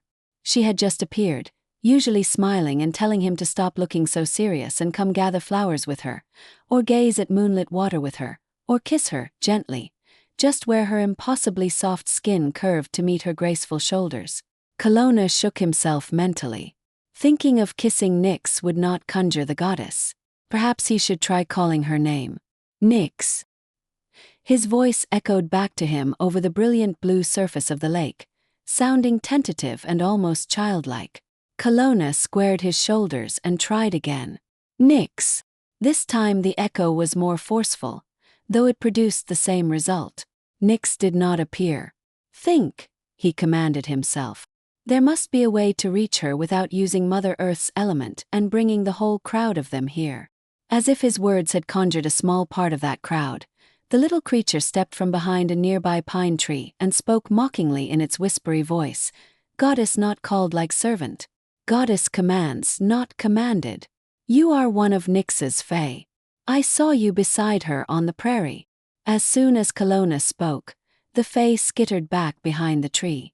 Don't run away. I need your help. Kalona pitched his voice to sound coaxing, soothing. The creature, moving with an odd liquid grace, slid part of its body from behind the tree, peeking out at him. Don't be frightened. I will not harm you. Not frightened, said the fae, moving all the way out from behind the tree. That's right, you don't need to be frightened of me. Lota not frightened. Luta. Is that the type of fae you are? The creature looked thoroughly offended. I skied. Servant of goddess. Shinemi. So, you are close to Nyx. Always. Kalona hid his smile. If you are always close to Nyx, then where is she? I do not see her. Lota's strangely shaped body rippled in consternation, changing colors from pale pink to crimson and rust. Not here. Otherworld. Kalona couldn't contain his smile. Are you here watching me for her? Well, Lota exclaimed, her voice rising above its usual whisper. Kalona's smiled faded. She didn't send you to watch me. I watch for me, not for goddess. Kalona's brows lifted in amusement. Why would you want to watch me? You make goddess sad. I want know why. Kalona felt as if the strange little fae had driven a knife into his heart. Nyx has been sad. The creature's elongated head nodded, making the pink fringe of fur on its head bob. I want know why.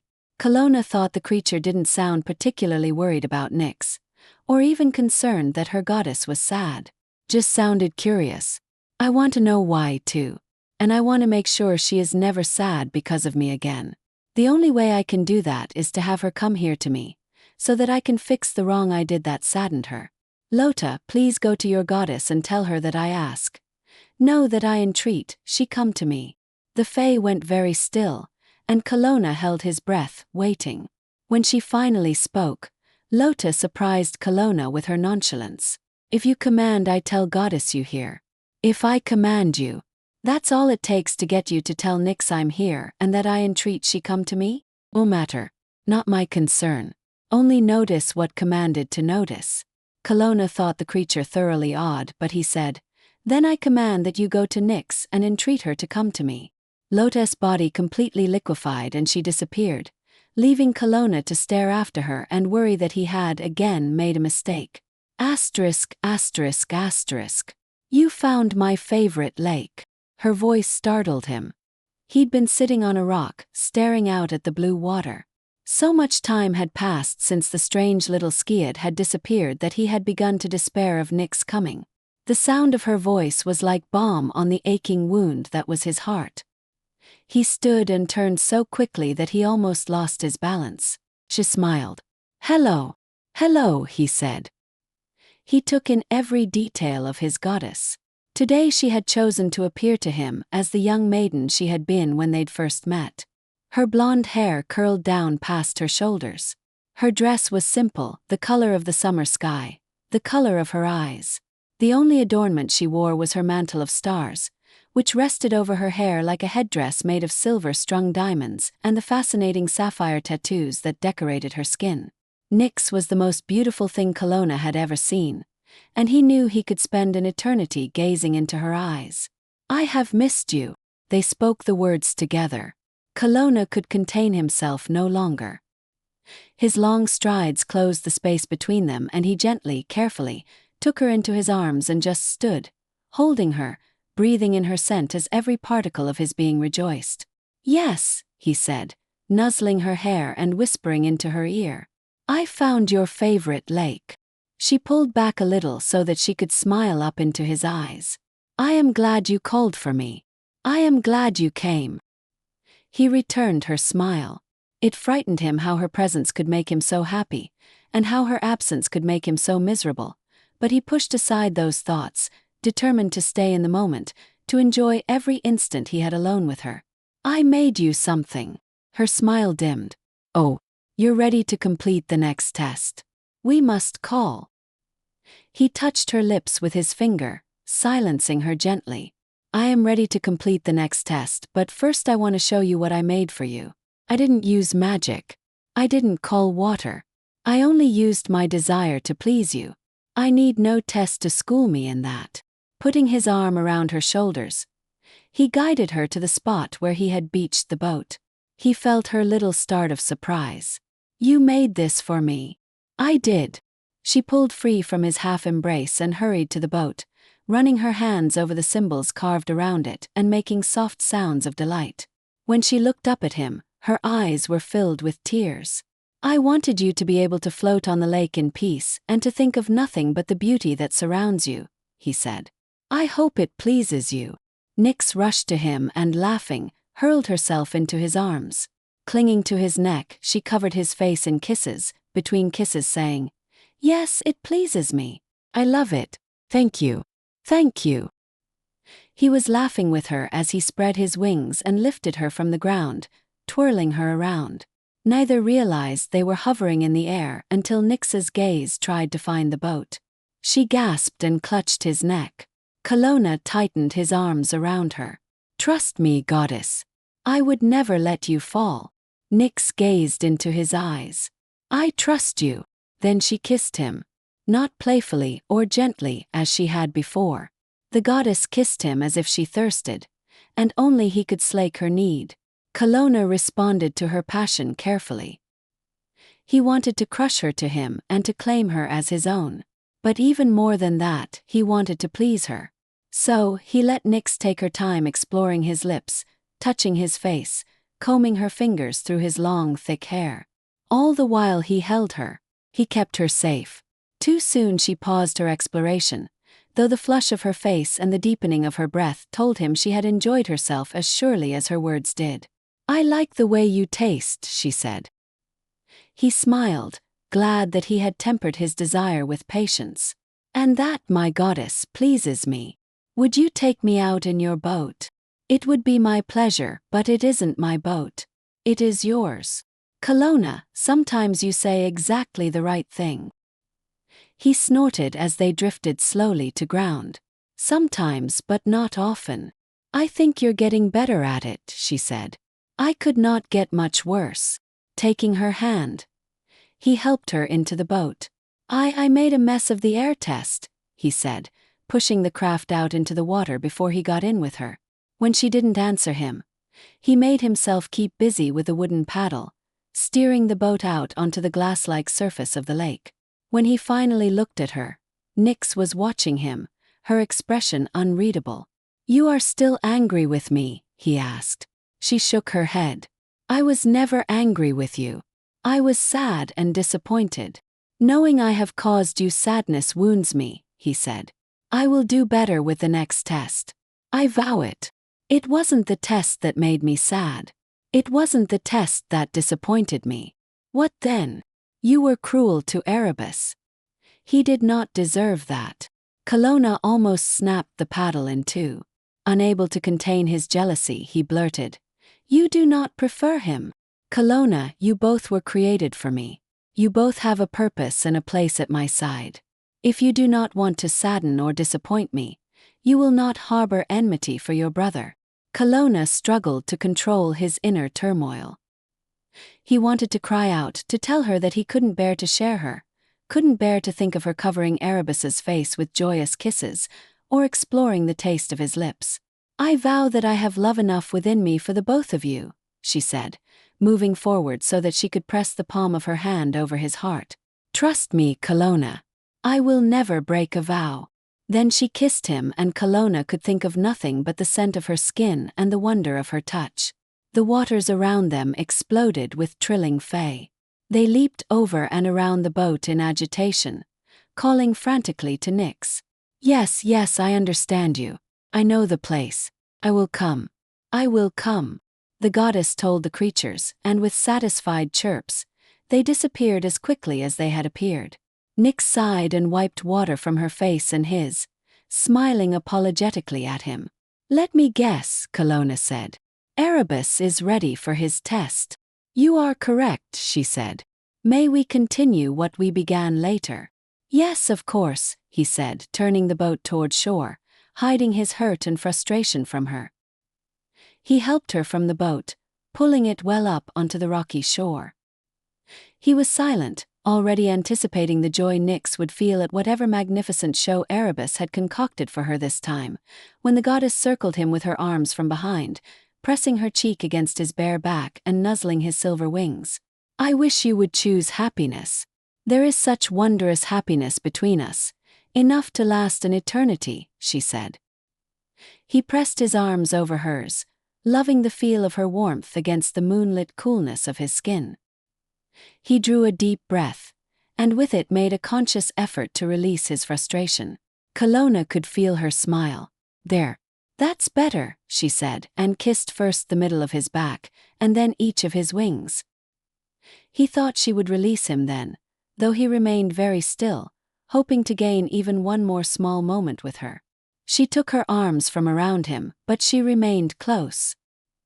He sensed her hesitation, and then she stroked each of his wings gently. They are so beautiful. I could look at them forever and still find different colors within them. Did you know that they're not really white? They are behind me, thus difficult for me to see. His smile was reflected in his voice.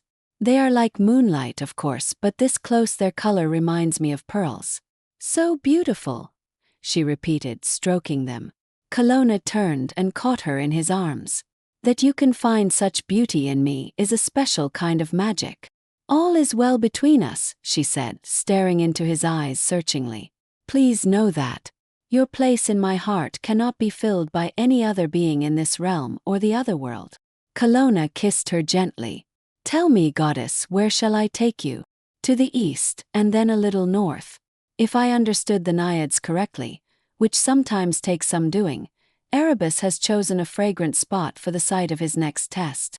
Kalona couldn't help grumbling. What is he going to do?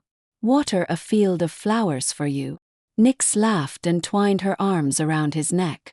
That isn't exactly the fragrance I recall from this place, so creating flowers there would, truly, be an exceptional thing. Kalona took to the air with his goddess in his embrace, dreading what was to come. Chapter 7. Your brotherhood pleases me more than any test ever could. Arg. It is putrid. Kalona's nose was wrinkled in disgust. I will not take you closer to that mud and mess. Nyx, there you are. It is lovely to see you. Mother Earth embraced her. It is a pleasure to see you as well. Nyx returned her embrace, and then smiled at the dancing dryads that had taken to following the Great Mother everywhere. If ever I wonder where they have gotten off to, I know all I need do is find you, and there the Fae will be. Mother Earth's gaze went to Kalona. And if ever I wonder where you have gotten off to, I know all I need do is find Kalona, and there Nyx will be. Kalona bowed his head slightly but respectfully to her. I greet you, Earth Mother. I greet you as well, she said. Whenever you are ready, you may begin your test. I do hope it turns out better than your last one. I am ready, but it is me who has summoned you here. There is no need for you to move from this spot. From here you will have a perfect view. Erebus dropped down from the sky above them, glistening as golden as the midday sun. Mother Earth, your beauty outshines the majesty of the pine trees, he said with a flourish and a bow. So charming and handsome. Mother Earth smiled fondly at him. Then he turned to Nyx, and from behind his back he produced a single length of a fragrant herb, topped with a brilliant purple flower. Moving to her, he smiled and said, Hello, my goddess. This plant reminded me of the scent of your skin. I hope my creation pleases you as much as it does me. Erebus tucked the sprig in her hair behind her ear. Nyx smiled. Lavender. You are right, Erebus. I do so love its delicate fragrance. I often rub it on my wrists. Thank you. You should have brought enough for all of us so that we could stand the stench of this place, Kalona said gruffly. Brother, I have actually missed your scowling face, but probably only because it bears such a resemblance to my own. He clapped Kalona on the shoulder. Nyx thought Kalona's face looked like a thundercloud ready to explode all over his brother. There is nothing wrong with the scent of this place, Mother Earth said sternly. It comes from the mixing of heat and minerals that rest just below ground. During the winter, many animals come here and take comfort in the warmth it provides. They do not complain of the smell, and neither would you, Kalona, were you to freeze to death otherwise. I am an immortal. We never die, Kalona told her placidly. Indeed, Mother Earth replied. Never is a very long time. Then let us waste not another moment of it, Nyx said. Erebus, what is it you have created for me with water and magic?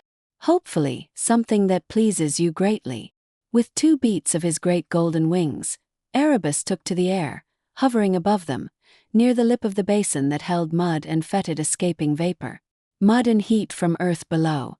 Mix with magic to begin my show. Erebus plucked a small golden feather from his unfurled wings, held it up to his lips, and blew on it.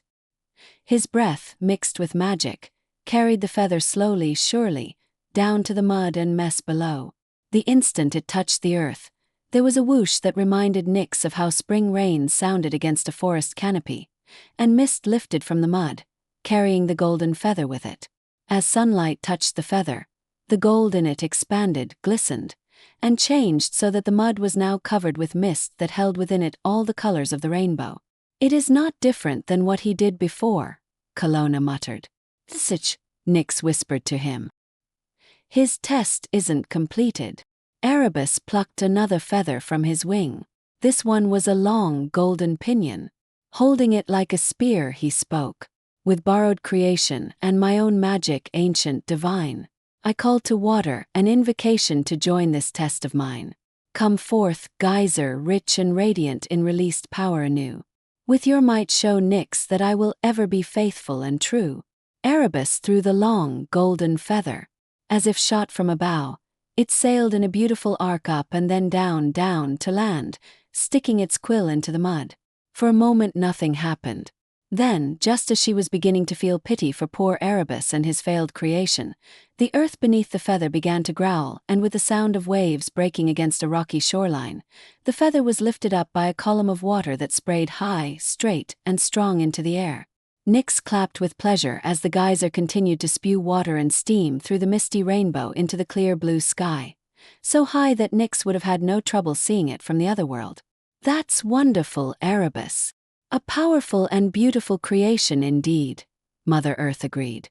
Erebus landed before Nyx, grinning like a boy. And that's not even the best part of it. It will never stop erupting. Eternally it will geyser in remembrance of you. Thus I have named it Old Faithful. No matter how long eternity lasts like this geyser, I will always be your faithful playmate and friend, my goddess. Thank you, Erebus, Nyx said, hugging him. Your creation has pleased me.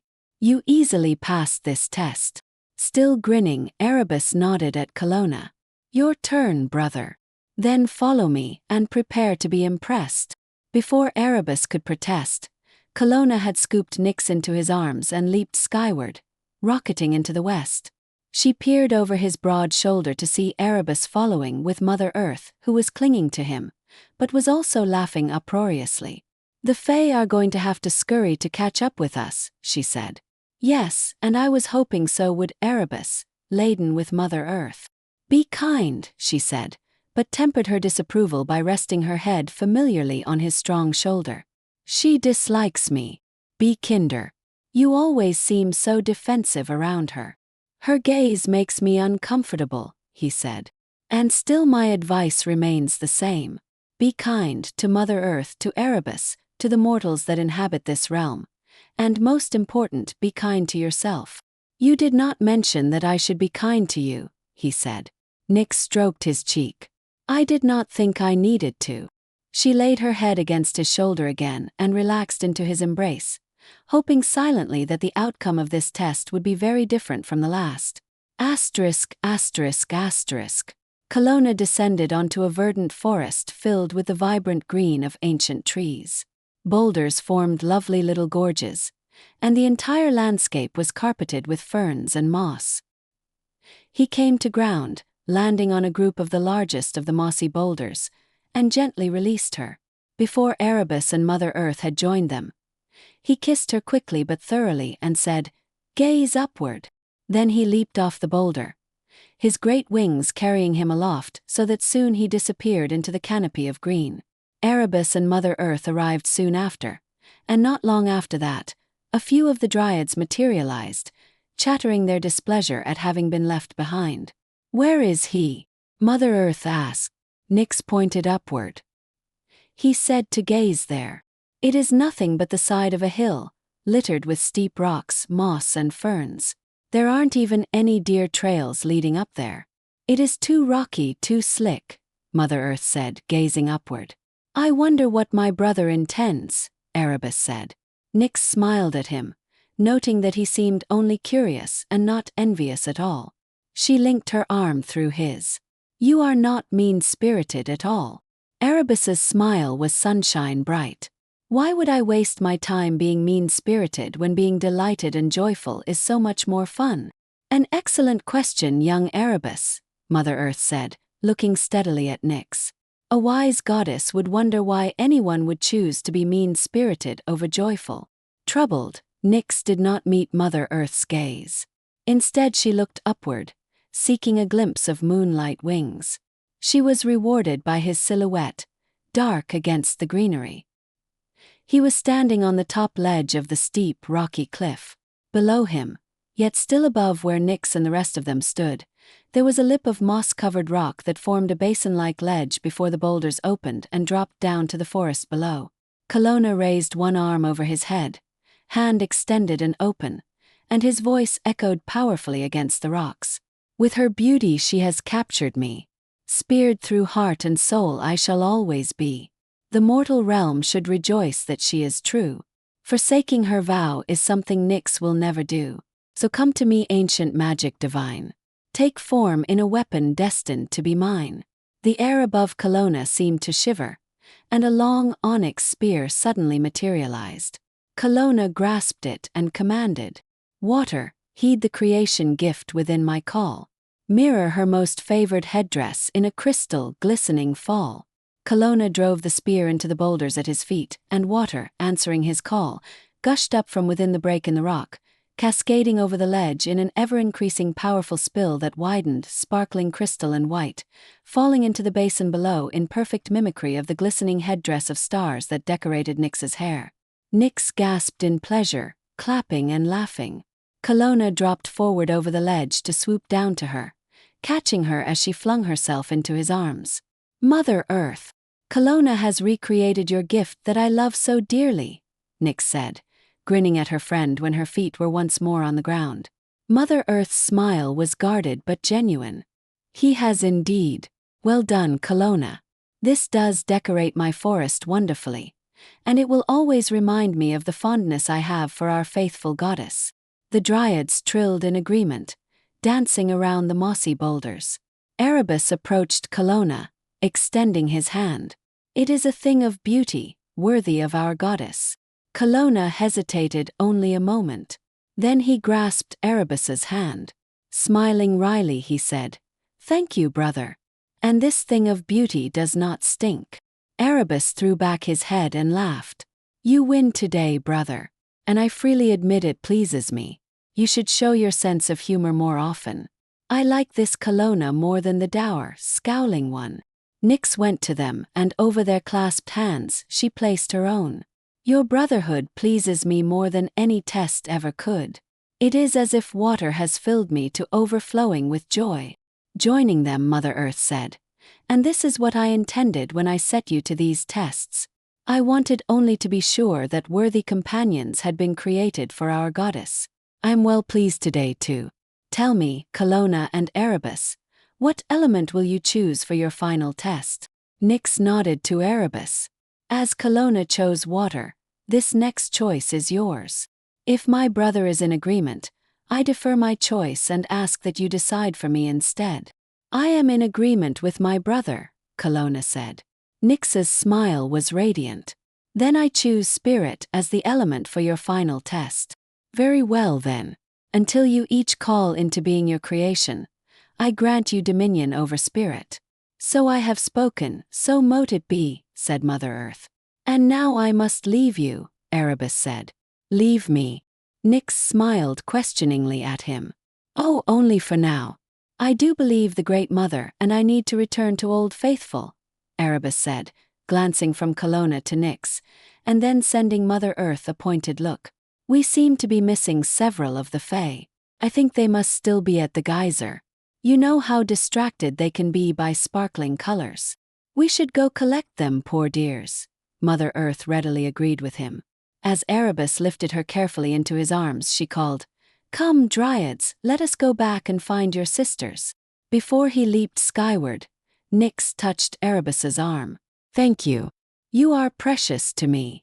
As you are to me, my goddess, he said. Goodbye, brother. If you need help with your next test, you can find me by following the rising sun. The chattering Dryads in tow, Erebus took to the sky, leaving Kalona and Nyx completely alone. He's smarter than I thought he was, though his height still surprises me, Kalona said. His height. The two of you are almost identical. He is shorter and younger than me, Kalona said. Though, as you mentioned the similarity in our appearance, I will admit that he is exceedingly handsome. You are incorrigible. Nyx pushed playfully at his chest. Laughing, Kalona grabbed her and fell backward. As Nyx shrieked, he unfurled his wings and they floated slowly down to land on a ledge just above the basin that was now filled with crystal water. Still holding her in his arms, Kalona murmured into her ear, I told you I would never let you fall. And have I told you how cold mountain waters are? Nyx retorted, looking uncertainly below them at the sparkling pool. I cannot command fire, but you, my goddess, can, he said.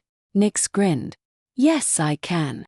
Stepping out of his embrace, she faced the waterfall and lifted her hands, invoking, I summon you, fire. Your warmth in these waters I do truly desire. Instantly the rocks surrounding the waterfall and pool began to glow like embers, and warm mist lifted from the basin. Shall we? Kalona asked. You already know my answer. I am very fond of water, she said. I am also very fond of you. Deliberately, the goddess reached behind her and pulled a silver ribbon, loosening her dress. With a shake of her shoulders, it fell from her body to form a sky-colored puddle at her feet. Wearing only her headdress of stars, she said, Will you join me? Always, he said, and took her in his arms. Their attention consumed by the pleasure they found in each other, neither noticed the Skiad. With eyes narrowed in envy, Lota watched the immortals' lovemaking before she soundlessly slithered away to disappear into the darkest of shadows. Chapter 8. Where there is light, there too must be darkness. Why is this so difficult? Kalona's frustration boiled over and he threw the rock away from him, causing the ever-watching ravens to flutter and squawk. He had been attempting to breathe spirit into inanimate objects to create a new type of creature for his goddess and had thus far failed miserably. First, Kalona had tried to insert consciousness within a tree, one of the gnarled oaks that proliferated the cross-timber area bordering the grassy prairie. Apparently, trees already contained a living spirit that did not appreciate company. When he had flung spirit into it, the craggy oak had shivered like a horse shaking off a swarm of biting flies, and had hurled Kalona's magic back at him. The immortal had been knocked off his feet with a backlash, and he had had to endure the whoops and chants of the local shaman who, witnessing the debacle, promptly lit sage and danced all around Kalona's campsite, wafting smoke everywhere. Kalona had no idea what the mortal believed he was doing. He only knew for sure that the smoking sage made his eyes water and his nose tickle, and this annoyed him almost as utterly as did the noisy birds. Rather than smite the human and arouse pesky Mother Earth, Kalona had flown away to Nyx's Falls, meaning to wash himself in the crystal shower, hoping cleansing his body would likewise clear his mind. The goddess had been there, sunning herself on the moss-covered boulder. As he landed lightly beside her, she'd opened her eyes and smiled joyfully up at him. "Is it really you, or am I having a wonderful waking dream?" He'd taken her in his arms and shown her how very real he was. Kalona had found contentment in Nyx's arms, but that contentment lasted only as long as they were together. When she left him, returning to the other world alone but satisfied, and Kalona had flown back to his campsite, the happiness he'd found in her arms only intensified the frustration he felt at their separation. Divine energy, mixed with the power to create and the element spirit. Thinking aloud, Kalona sat on a felled tree he'd dragged near the campfire he lit nightly, and poked the embers with a long stick. Spirit, energy, and creation, that equates to life. If I have reasoned through that, Erebus surely will too. I can see him now, preening and fluttering as he presents his creation to Nyx, making her smile and clap and coo. Kalona jabbed the fire so violently that his stick snapped in half. I will not find the answer sitting here staring at the fire. That was when Kalona spotted the rock. It was a flat, heart-shaped sandstone. With 2 hands he hefted it, deciding it would do. With a hasty incantation, Kalona summoned spirit, mixed it with magic and creation, and funneled it into the lifeless stone. The rock had broken open, spewing sand and forming grotesque lumps of coagulating energy. Kalona had hurled it away from him in disgust. Why is it some things can be filled with spirit and life, and others cannot? Humans were once just earth and water. Look at them now, he'd shouted to the sky. Some of the grasses surrounding his campsite rustled. Kalona clenched his jaw in irritation. It was probably that damned shaman again. The human seemed to have devoted the winter years of his life to spying on Kalona. 3 ravens croaked reprovingly at him. Kalona rubbed his aching forehead. More in a long list of excellent reasons why I need to complete this test and depart this realm permanently, Kalona grumbled. He had decided days ago that, once he joined Nyx in the other world, he would be able to provide amusements enough for the goddess there, ensuring that she would want to spend less and less time here. As if to lend support to Kalona's plan, the shaman chose that moment to begin another of his repetitive, unending chants. Kalona sighed and glanced in the direction he'd thrown the misshapen rock. Unsurprisingly, the grasses there were waving, and smudged smoke drifted up, gray against the starry night sky. He found the rock. Kalona shook his head. I should have buried it. Now he'll chant all night, and I will find no peace here. Kalona spread his wings and prepared to take to the sky. He'd return to Nyx's Falls. Perhaps she'd grace him with her presence at dawn, and he could find solace in her arms. But the immortal hesitated. His instincts told him the answer to the puzzle of the spirit test was here. This was the prairie Nyx liked so much, peopled by her favorite breed of humans. Surely there was something here that could inspire him to create that which would please Nyx far beyond any colorful show Erebus could concoct. Kalona began to walk in the opposite direction from where the shaman's voice lifted and fell in annoying regularity. The night was clear, the moon almost full. Even without his preternatural sight, Kalona would have had no problem finding his way. His father's light shined silver, turning the prairie into a sea of grass. As he walked, Kalona unfurled his wings and lifted his face upward, basking in the soothing light. It calmed him and focused him, so that before long Kalona's frustration had almost completely subsided, replaced by renewed confidence and sense of purpose. I will complete this final task and then take my place at her side for eternity. This separation is but a small drop in the sea of time awaiting us, he said. The grasses a short way behind and to his right rustled. Sighing, Kalona stopped, turned and strode purposefully back. Shaman, this must end. Leave me in peace. And conjuring his spear from the magic that drifted in the night sky, Kalona rammed the flat end of it into the ground, creating a clap of thunder. Not shaman. Luta! Cried the little fae as she scurried back from his spear. Lota, do you bring word from Nyx? Does my goddess summon me? Not from Nyx. What? Kalona stifled another sigh. Would nothing go right this night? Little Skiad, I'm afraid you're going to be disappointed. There is nothing here to watch except my frustration. Return to the other world. You will fare much better there. What? Help, Winged One. Help me. You mean with the last test? He chuckled. Little one, what could you possibly know about spirit and creation magic? The creature's body became more fluid, and her whispery voice took on a cunning lilt. Lota know many things. Lota see many things. No doubt you do, being so close to Nyx, he said, humoring the creature. Tell me, Lota, what should I create for the goddess? Goddess likes jewels, headdress, necklace of crystal, ropes of shells and stones. Kalona's eyes widened in surprise. If I could string a necklace made of living jewels for her, I believe Nyx would be well pleased. He bent and patted the creature. Thank you, Lota. The Skiad's skin rippled and turned a bright, flushing scarlet. Lota know many things, the creature whispered, sounding self-satisfied. You do indeed. Perhaps you can also tell me where I could find some jewels, Kalona said. Not tell. Of course not, he said, looking up to the sky as if to find patience there. Not tell.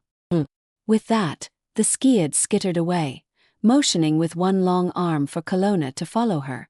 What do I have to lose? With a shrug of his shoulders, the immortal hurried after the Fae. Lota wound her way through the prairie in a serpentine pattern that very quickly convinced Kalona she had no idea where she was leading him. Lota, where exactly are these jewels? In cave. And where is the cave? Follow bull tracks. In cave. Kalona had seen the mighty beasts that the prairie people called bison. They roamed the land in enormous herds. Sometimes there were so many of them they covered the grassland from horizon to horizon.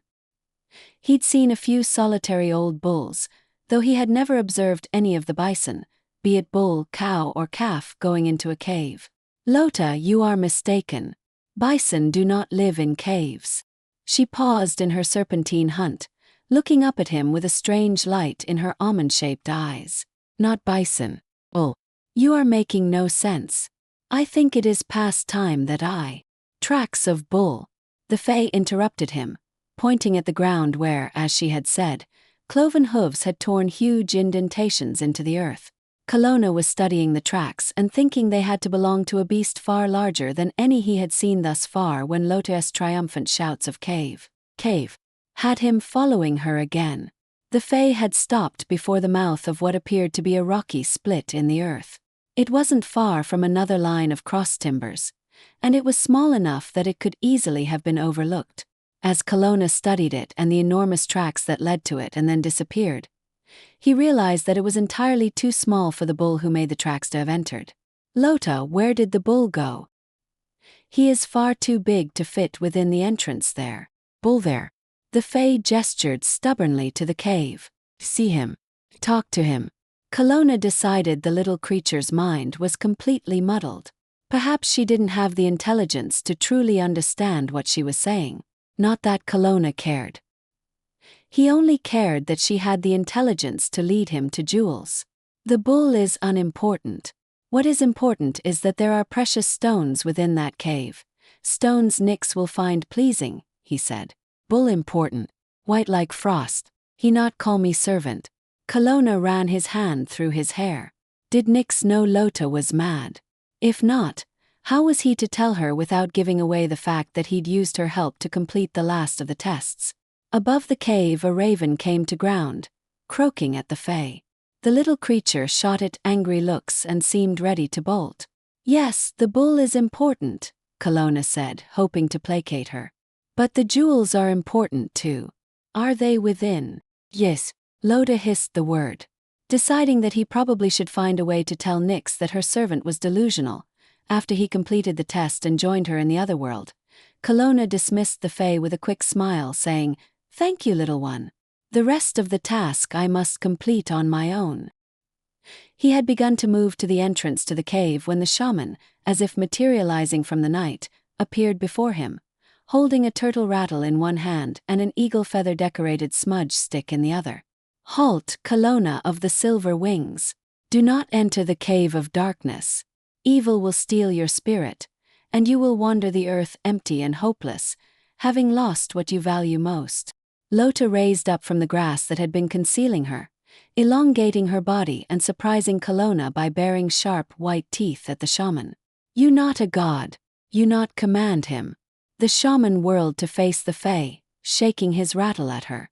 Leave this place, demon, friend of an enemy of the people. You do not belong here. He shifted the rattle to the hand that held the smoking stick, reached into a leather pouch that was tied to a shell belt around his waist, and from it flung a handful of blue dust at the Skiad. Lota shrieked and clawed at her face, tearing her flesh. The flesh that she tore writhed, as if it had life of its own. It changed, turning black and serpentine, until finally her entire body exploded, raining the ground with tendrils that continued to slither and writhe and tear at themselves until the shaman threw another handful of blue dust at the seething nest. There was a terrible shriek that pierced the air, and the tendrils dissolved in a stinking cloud of black smoke. You should not traffic with demons, winged one, the shaman told him. Kalona waved a hand in front of his face, trying to dissipate the fetid smoke. Lota was one of the goddess's fae. What did you do to her, old man? I revealed her true nature, the one she has been hiding with whispers and cunning. She is demon, seduced by darkness. Shaman, none of this makes any sense to me. Have you nothing better to do than to shadow me and to cause fae to explode? I caused only the truth to be revealed. And I shadow you because you are the Kalona of the silver wings. You have great medicine. Yes, I do. And that is why neither talking with a mad fae, nor going into that cave will cause me harm. No one can steal my spirit. Winged one, I have seen you in power dreams given to me by the Great Mother. The Great Mother isn't fond of me, Kalona said. The Great Mother's wisdom is beyond petty likes and dislikes, retorted the shaman. We may have to agree to disagree about that. Kalona of the silver wings, you must hear me. In my dreams you are changed. You are filled with anger and despair. You know only violence and hatred. You have lost your way. I know my way. It lies there. He pointed at the cave. And then there. He gestured up, in the direction Lota had disappeared. The shaman's lined face looked sad. His voice lost its strength, and Kalona realized that the man must be very old indeed. If darkness follows you from that pit, I am bound by my power dreams and the oath I have sworn to my people to sacrifice to stop it. Nothing is following me except you, a mad fae, and some misguided black birds. Go home, shaman. Take your woman to your bed. She will help clear your dreams. The old man began to shuffle his feet in a rhythm that had become familiar to Kalona. Choose wisely, winged one. The destiny of many changes with your fate.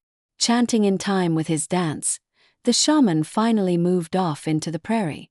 Kalona shook his head and waved away more smoke, sending it wafting toward where the birds perched above the cave, making them croak at him in irritation. At least we are in agreement about this noxious smudging, he muttered at the birds. The shaman is a pest. Silently he thought about recent events. How was he going to explain what had happened to Lota to Nyx? And how would he not get blamed for it? Why do I feel Erebus doesn't have these kinds of problems? Ducking his head, Kalona entered the cave. The inside of the cave opened so that Kalona could stand easily. There was no light within, and though the immortal could see through darkness, the pit made him shiver. He paused, studying the high, rocky sides, looking for evidence of crystals. Seeing none, Kalona turned his attention to the depths of the cave. Something glittered just beyond the reach of his vision. Though he did not like the feeling of confinement the cave gave him, Kalona moved forward. Just get the shaman be-damned jewels and get out. His voice echoed eerily around him, giving him pause. Into that pause words coursed powerfully through his mind. Welcome, Kalona, son of the moon, warrior and lover of Nyx. I wondered how long it would take you to come to me. Who is there?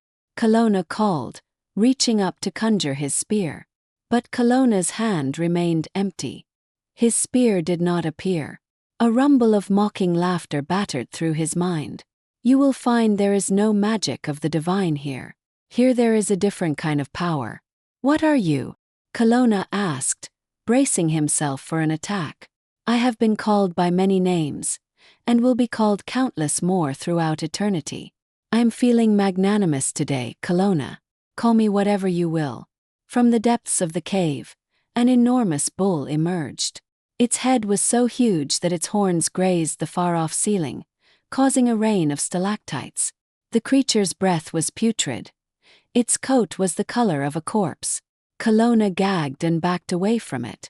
Are you the evil of which the shaman spoke? Yes and no. The shaman's viewpoint is so limiting. I will leave you now, but I warn you, if you follow me I will battle you, Kalona said. Oh, I do hope you and I will battle often, but not today, Kalona. Today I offer you 2 gifts and ask only one thing in return. I want nothing from you. You do not want your final test to be victorious. You do not want to spend eternity as Nyx's valued warrior, her true and only love. What do you know of those things? I know all and more. I am more ancient than your goddess, more ancient than this earth. I have always existed and I will exist eternally. Where there is light, there too must be darkness. Without loss there can be no gain. Without pain, how do we know pleasure?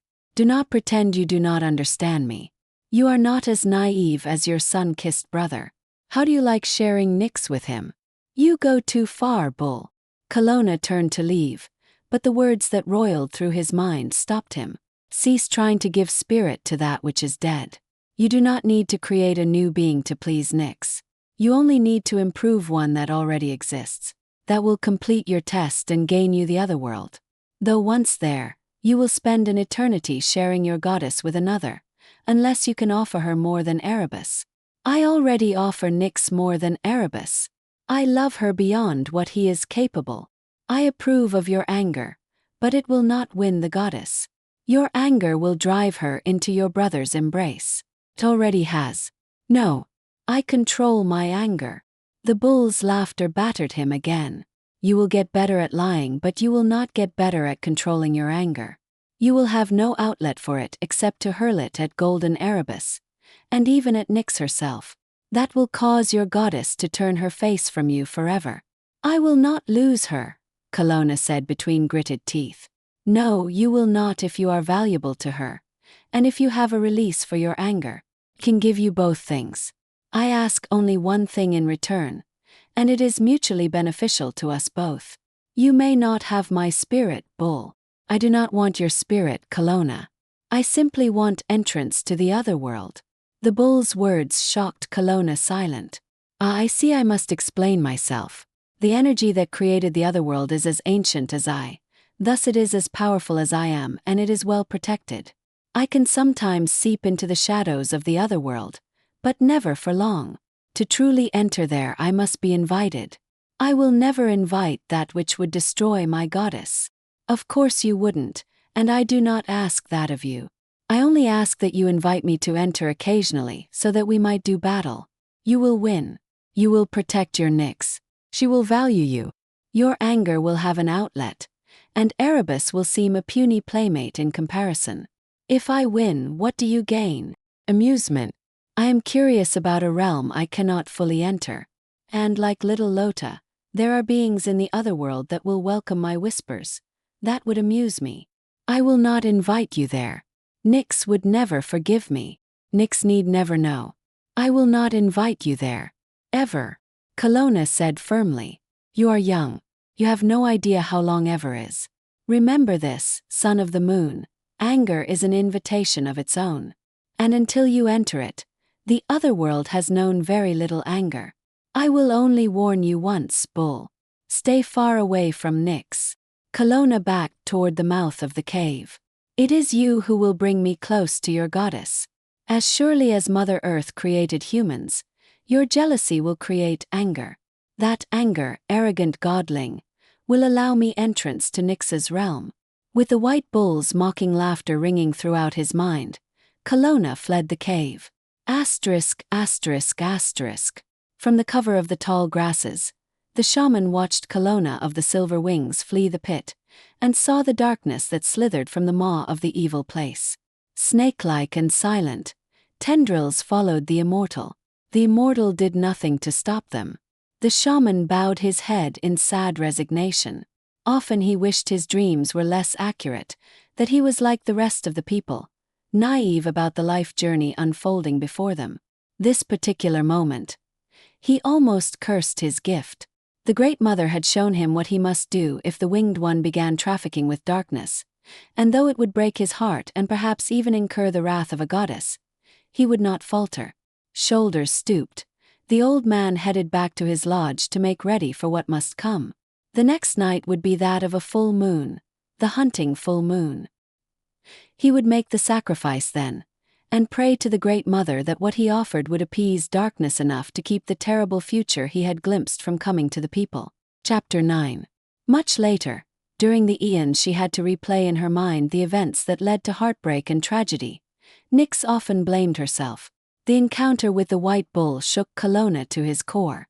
The creature had been loathsome, and what he had proposed was impossible, but the bull's words held a despicable truth that the winged immortal could not deny. That truth began to circle round and round Kalona's mind, an endless reminder of his own fear, his own vulnerability. He could not share Nyx with Erebus. He would not be able to control his anger if Erebus became Nyx's lover, because he would not be able to bear the despair her infidelity would cause him. Miserable, Kalona flew to Nyx's falls, hoping to find his goddess there. The falls were empty of all but the shadow of her beauty. He went to the blue lake and sat beside the boat he had carved her, waiting for her to appear. Nyx did not appear. Kalona even searched for the mad little fay Lota, but even though he thought he caught glimpses of her hiding within the shadows, she refused to answer his call. He hated not being able to summon his goddess. He didn't want to control her. That wasn't it at all. He simply needed a way to speak with her, to touch her, to be in her presence. Only Nyx could soothe the despair building within him. Only Nyx could reassure him and heal that which the bull's knowing words had broken. Kalona was utterly hopeless without Nyx, and from his hopelessness grew frustration. Where was she? Why was she leaving him alone? Did she no longer love him? Did she no longer desire him? Did she not need him as he needed her? Was Nyx with Erebus instead of him? In despair, unable to concentrate on completing the final test he must pass before he would be allowed entrance to Nyx's realm, Kalona took to the sky, searching the world not for Nyx, but for his brother, the golden son of the sun. Asterisk, asterisk, asterisk. There. Is it finally ready? Have I forgotten anything? Nyx ran her hand over the fur-covered pallet and looked around the spacious chamber she had chosen for Kalona.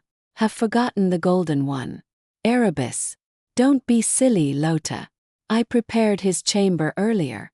It is there, on the side of the palace that opens to the morning sunlight. Not beside your chamber. No, there is only one room that adjoins my chamber and... The goddess broke off her explanation with a shake of her head. Lota, is something amiss with you? You seem not yourself recently. Are you spending too much time on Earth? I hope I haven't overtired you by asking you to check on Kalona for me and to help ready these chambers. The goddess paused to smile at the Skiad. It is just that I depend upon you, even more than I do your sisters. You have long taken very good care of me, Lota. Would you like to join the Dryads as they frolic in the mortal realm below? They must enjoy it. They never seem to tire. I do not frolic. Lota fidgeted while she whispered her answer to Nyx. The goddess thought she looked uncharacteristically nervous. Well, it is true that Skiads are more serious than Dryads, but you might find that a little frolicking is fun. Do you command it so? Of course not. I don't command you or any of the Fae to frolic. I simply meant that you do look tired and that I am sorry if I have wearied you. Lota, tonight I want you to rest. Do not be concerned about Kalona, Erebus, or me. Tonight, little one, is just for you.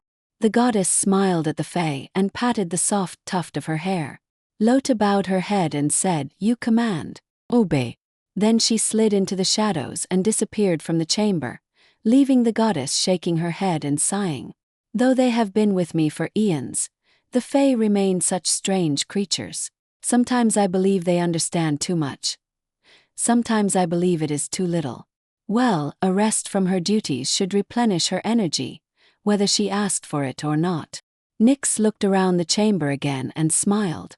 And I have been keeping her very busy readying the palace for the presence of Kalona and Erebus. Kalona! Nyx repeated his name, loving the sound of it. Oh, how she had missed him! She had purposefully kept herself from visiting him so that he would not be distracted and would be well and quickly prepared for the final test. And Kalona was obviously in agreement with her. He had not once called for her, though Lota had visited him daily and waited patiently to bring his summons back to Nyx. Thus, Nyx believed his greatest desire was the same as hers, to complete the final test as quickly as possible so that he could join her in the other world for an eternity. Now the palace was ready, though so very empty. And Kalona was so very close. Perhaps she could visit him once, for only a part of the evening. She would show him how eager she was to have him by her side, and then leave him to his preparations. The winged one calls for you. As if Kalona had read her mind, Lota was suddenly there, whispering the words the goddess had secretly longed for days to hear. He is at the geyser. Lota wrinkled her nose in remembrance of the smell of the place. Nyx laughed gaily. How kind of him to choose to meet me at Old Faithful. It shows that he has truly rid himself of his jealousy of Erebus. Oh Lota! Could he be more perfect? The goddess hugged the fae, picking up the little creature and dancing playfully around the beautifully decorated chamber that awaited her lover. Nyx was still laughing when she let go of the skiad and hurried to choose something lovely and sheer to wear, too distracted to hear the last hissing words the creature would speak to her. Yes, Lota, watch. Lota, tell. Lota, show you. Asterisk, asterisk, asterisk. Much later, during the eons she had to replay in her mind the events that led to heartbreak and tragedy, Nyx often blamed herself. Had she not been so girlish, so giddy, so ungoddess-like, she might have stopped to question the whys and hows of things and prevented the horror of what was to come. But she hadn't. Nyx hadn't once truly wondered why Lota had become so distant and defensive. She hadn't questioned why she didn't feel Kalona's presence as she materialized at the geyser. She hadn't been wise enough even to consider whether the darkness she had been sensing, though unable to reach her, had the power to influence others. No, Nyx had lacked in wisdom and experience, and because of that lack, she and many others paid a price too dear for simple forgiveness. That evening Nyx knew nothing of future pain and regret. That evening all she knew was that she intended to spend it in the arms of her beloved. Which was why the goddess was completely taken aback when she materialized on the ridge overlooking the geyser and was greeted by Erebus's exclamation of, "My goddess! What a lovely surprise it is to see you. I admit that I had been thinking of you and wishing for your opinion on my discovery. So you appearing here is indeed fortuitous. Merry meet, Erebus." Nyx quickly recovered her composure. Had Lota actually said which winged one had called for her? What is this discovery of yours? Come with me. Smiling, he held his hand out to her. I found them in a den made within the roots of an old tree. Just there. He pointed into the tree line above them, helping Nyx to climb over the rocky outcroppings. Careful, he said, lifting her over a cluster of brambles. He led Nyx to a fragrant cedar tree. Pressing his finger against his lips, he carefully pulled back the frond of a fern to reveal a neat little den nestled within the tree's massive roots. Within the den were 5 plump, furry creatures. Kittens!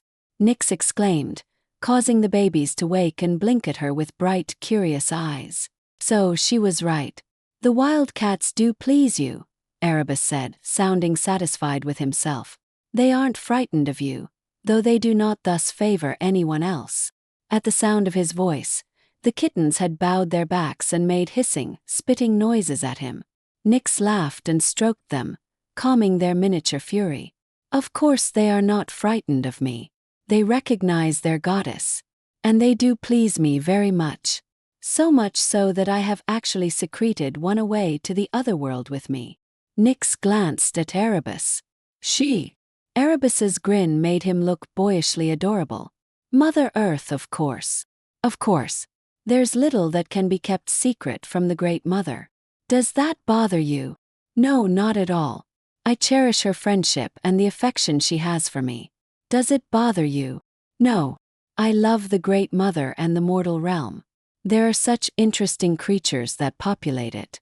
And I owe her a vast debt, that of my creation. You are truly kind and generous, Erebus. Thank you, my goddess. Would you sit with me a while and wait for your geyser to erupt so that we might watch it together? I would love to, Nyx assured him. Before he closed the den with a frond, she gave the kittens one last lingering look. Did Mother Earth happen to mention to you if she would mind if I secreted away a few more wildcats? Erebus laughed. No, she did not, though I will ask it of her when next she and I visit. So you visit her regularly? Nyx asked as they made their way back to the ridge overlooking the geyser. Yes, I enjoy her company, though I do not understand her obsession with the Fae. I would warn you to get used to them, but they seem to prefer the mortal realm to that of the other world. Even my Skiad has been temperamental lately. Skiad. Is that the little pink-colored Fae who is so often in your shadow? Yes, Lota. Did you not speak with her today? No, I haven't seen the creature since the last test, Erebus said. Then he stopped and lifted her off her feet. Goddess, there are brambles everywhere and the rocks are sharply edged. The next time you visit me here, I would ask that you remember to wear shoes. I'll do that, she said. But until then I will appreciate your gallantry. When they reached the ridge, Erebus put her gently down on a smooth-sided boulder that made a perfect chair. He sat on the rocky ground beside her, and they faced the geyser. Neither of them spoke, but the silence between them was not uncomfortable. Nyx was thinking how pleasant and peaceful it was there, and how the rank smell hardly reached the ridge, when the earth began to growl and then whooshing waves announced the coming water, and the column erupted into the air going up against the crimson and pink sunset. Nyx took Erebus's hand. It is so pretty. Thank you again for creating a thing of such beauty for me. Your smile is thanks enough, Erebus said. Then he tilted his head and his golden gaze caught hers, searching. You should go to him. Nyx blinked in surprise. Him? Kalona. You should go to him. He needs you. With you. He is a better being than he is without you. I was giving him time to. Nyx stopped herself, not wanting to appear uncaring of Erebus's feelings. You were giving him time to focus on the final test without the distraction of your loveliness. Erebus finished for her. I am sure that seemed a good idea, but if I know my brother, and I have come to realize that I do know him, as he is really just another version of myself, I can tell you that solitude does not bring him focus. He needs you, Erebus repeated. Do you never feel jealous of what he and I share? No, my bright, beautiful goddess. I am content with that destiny for which I was created. I would not make a very good warrior. I wasn't speaking of the warrior part, she said softly, meeting his sunlit eyes. His smile was warm. If you ever desire me to be your lover, I would most willingly and happily return that desire, as frequently or as infrequently as you might want me. But I have no wish to claim your body as mine and mine alone. My only wish is for your happiness, and I believe my brother at your side, being your warrior and your lover, is what would make you happiest. It would also make him happiest, which is important to me, though I am sure it will take me eons to convince Kalona of that. Nyx slid from her rock stool onto Erebus's lap, where she threw her arms around him and hugged him tightly. You do make me happy, so very happy. Then I shall not interrupt that happiness. From Erebus's embrace, Nyx looked up at the darkening sky to see Kalona hovering above them, his voice as flat and emotionless as his expression. Brother, come join us, Erebus said, standing and carefully helping Nyx back to her rocky seat. We were just speaking of you. I heard only your goddess's voice, Kalona said, not looking at Nyx. And she spoke of the great happiness you bring her. Nyx, with your permission, I will leave you to that. You have my permission, Nyx said, her voice sounding very young. With a flash of silver wings, Kalona disappeared into the horizon. Erebus sighed. For a warrior he seems awfully sensitive. He loathes me, Nyx said. He loves you, Erebus corrected. That is why he has flown away in a jealous fit. All you need do is to find him and explain why you said that I make you very happy.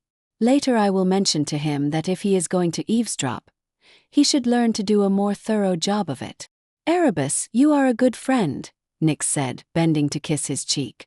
"And you are a kind and loving goddess," Erebus said. "Oh, and I am ready to complete the final test. Shall we summon spirit to call Mother Earth? There is time aplenty for that. I can wait a little while until you have made peace with my brother." Nyx hugged him again, and then she stood and, thinking of Kalona, called the magic of divinity to her. It lifted her and, leaving a trail of glittering starlight in her wake, began to carry the goddess toward the sea of grass that covered the center of the wild continent. Chapter 10. For my daughter, this creation of mine, I give the gift of night divine. Nyx found his campsite easily, though Kalona was absent from it.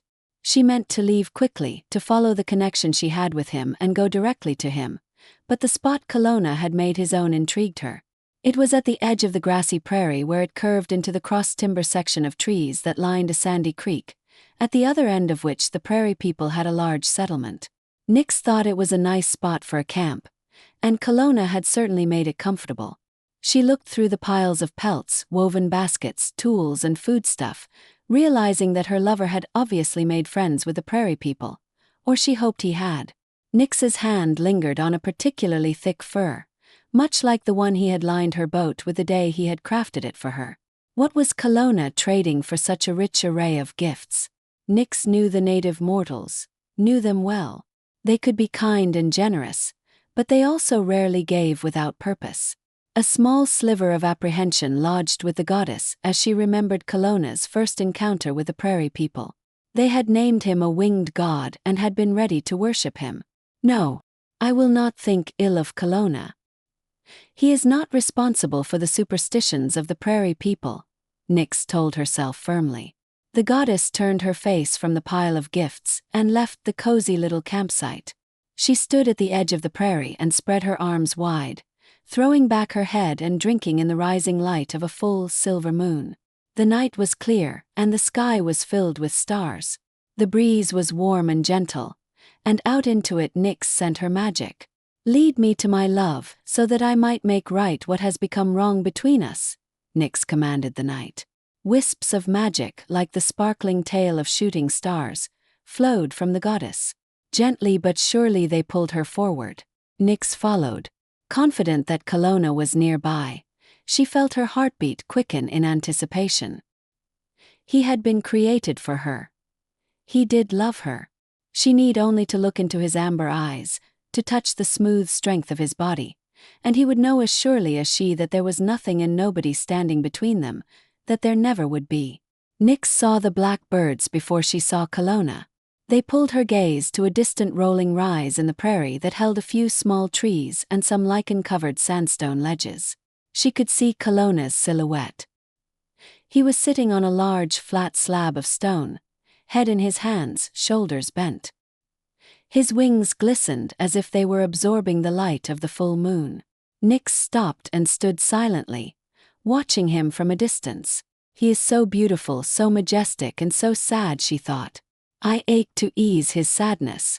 Nyx had just begun to close the distance between herself and Kalona when a figure moved in the upper corner of the goddess's vision, drawing her gaze from the winged immortal.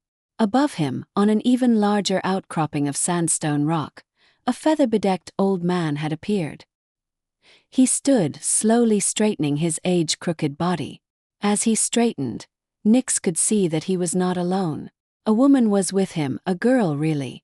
She was wearing an elaborately decorated dress of tanned hide, which Nyx thought was quite lovely. Actually, even from a distance the goddess could tell that the maiden was spectacularly beautiful.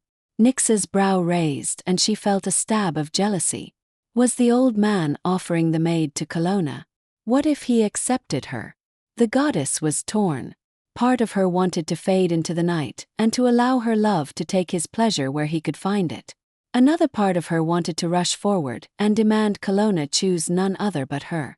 Nyx bowed her head and surrendered the knowing of what it felt to be jealous and vulnerable and full of despair. The old man began to chant a wordless, rhythmic melody. His voice was hypnotic, and Nyx felt her own bare feet begin to move in time with it when Kalona spoke.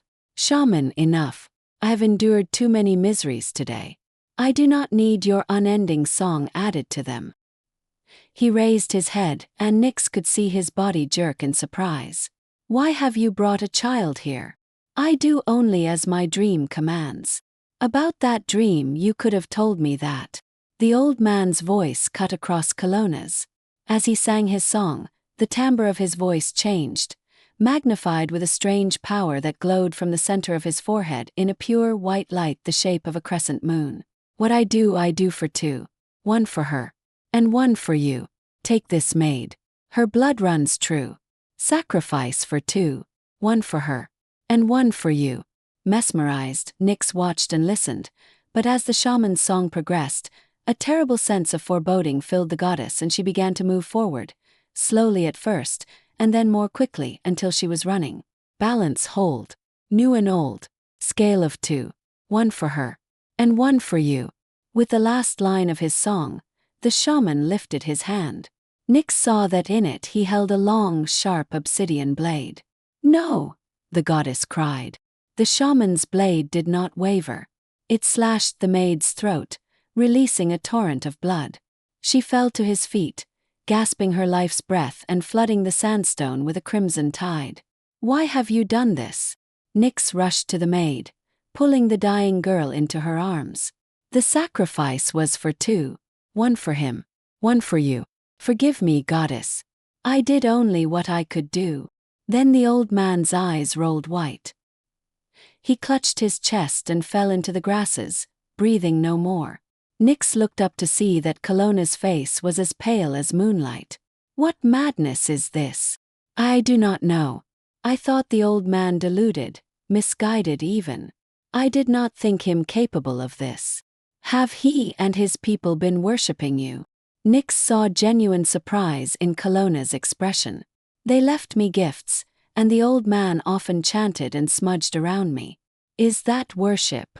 Kalona shook his head, staring at the dying maiden. "I am a fool. I am to blame for these two deaths." "No," Nyx said sternly, not willing to allow Kalona to fall into despair and guilt. "He was an old man. His heart failed him. That could not be changed and is not your fault. But this girl, this child he so mistakenly sacrificed to you, she still clings to life. We can save her, you and I. Give me your borrowed gift of creation, and invoke spirit. What would please me most is that your final test save the life of this girl."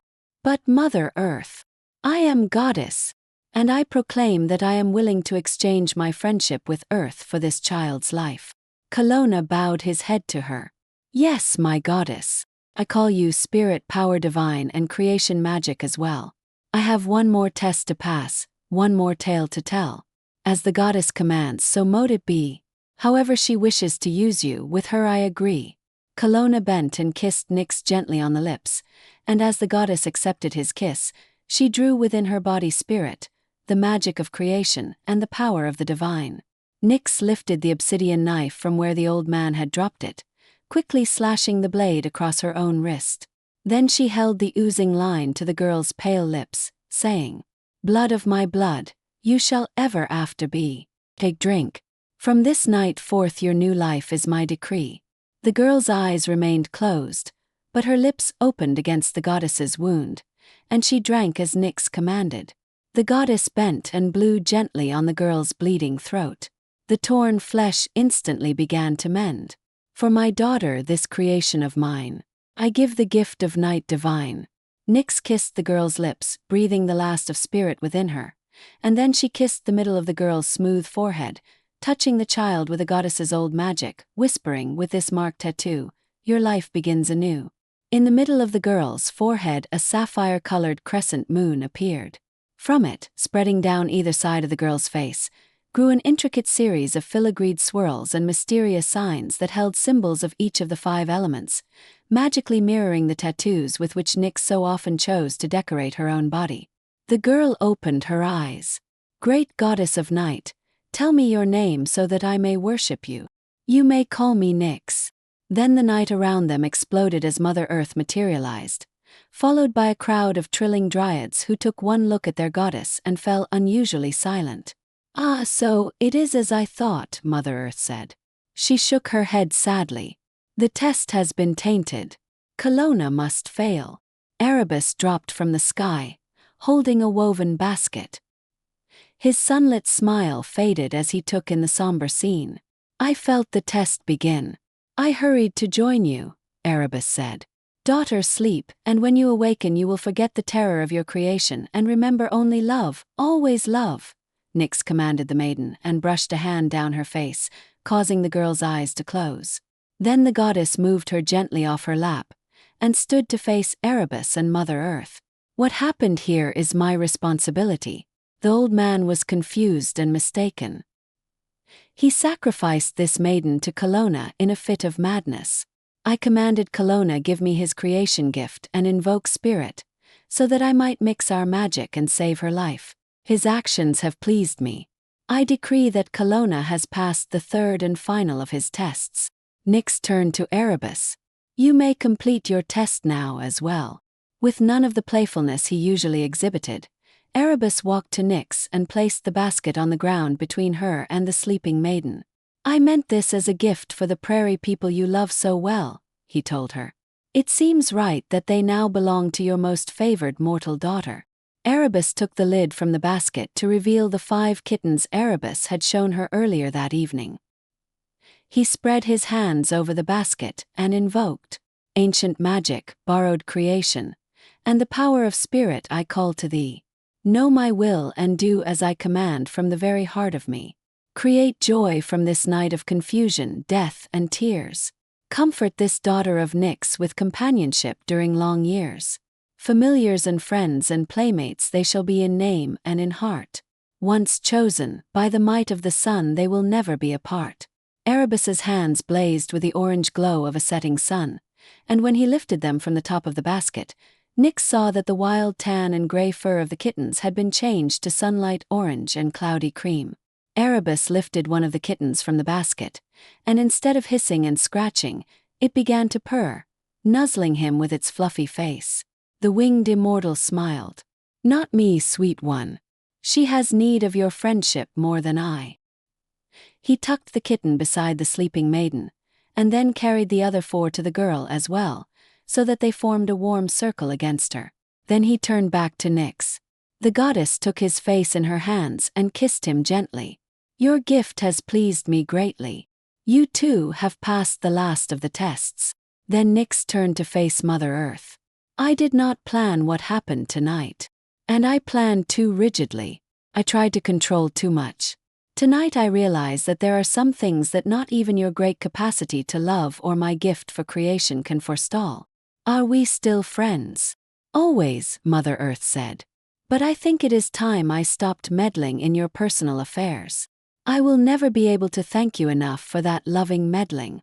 You ended my loneliness, and now, with Kalona and Erebus, the other world will be filled with life again." "You are more than welcome," Mother Earth said. She walked to Erebus and embraced him warmly. "You will always be the memory of a perfect sun-filled summer's day to me. I have enjoyed being your mother. And I enjoy being your son.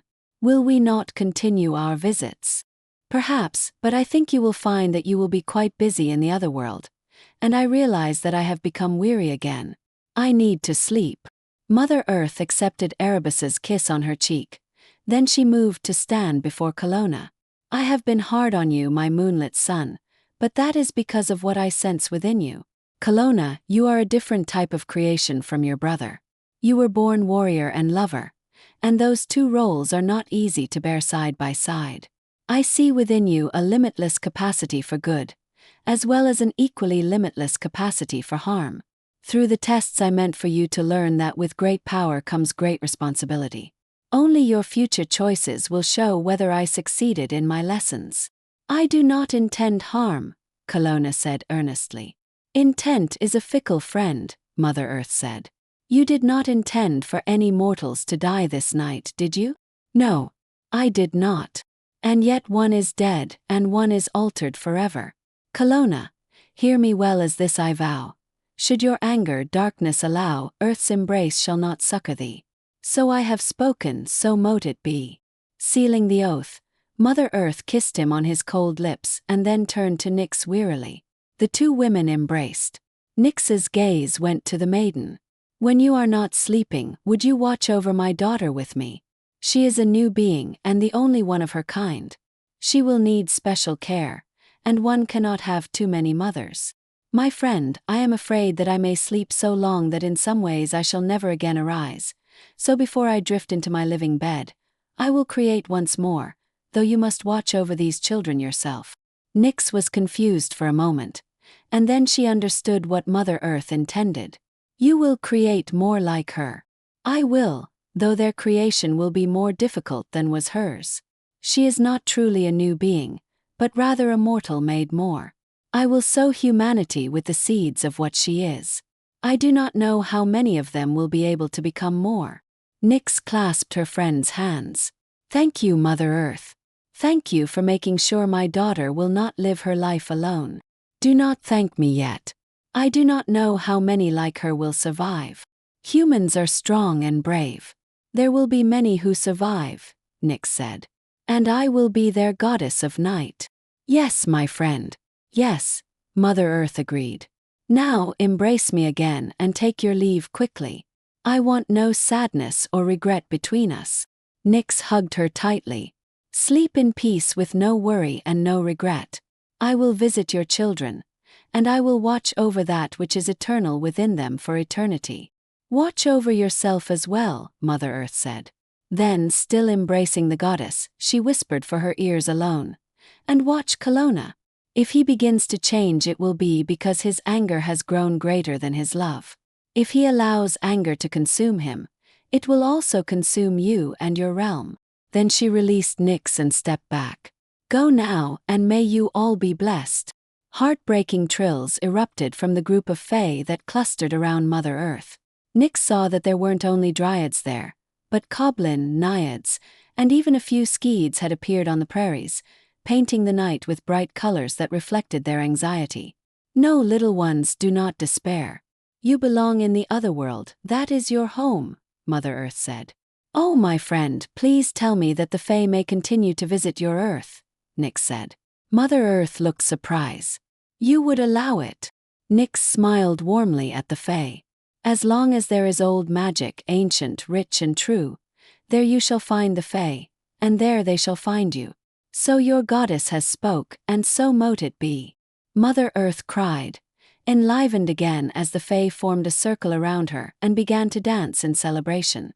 Nyx wiped away a tear, and then took Kalona and Erebus by the hand.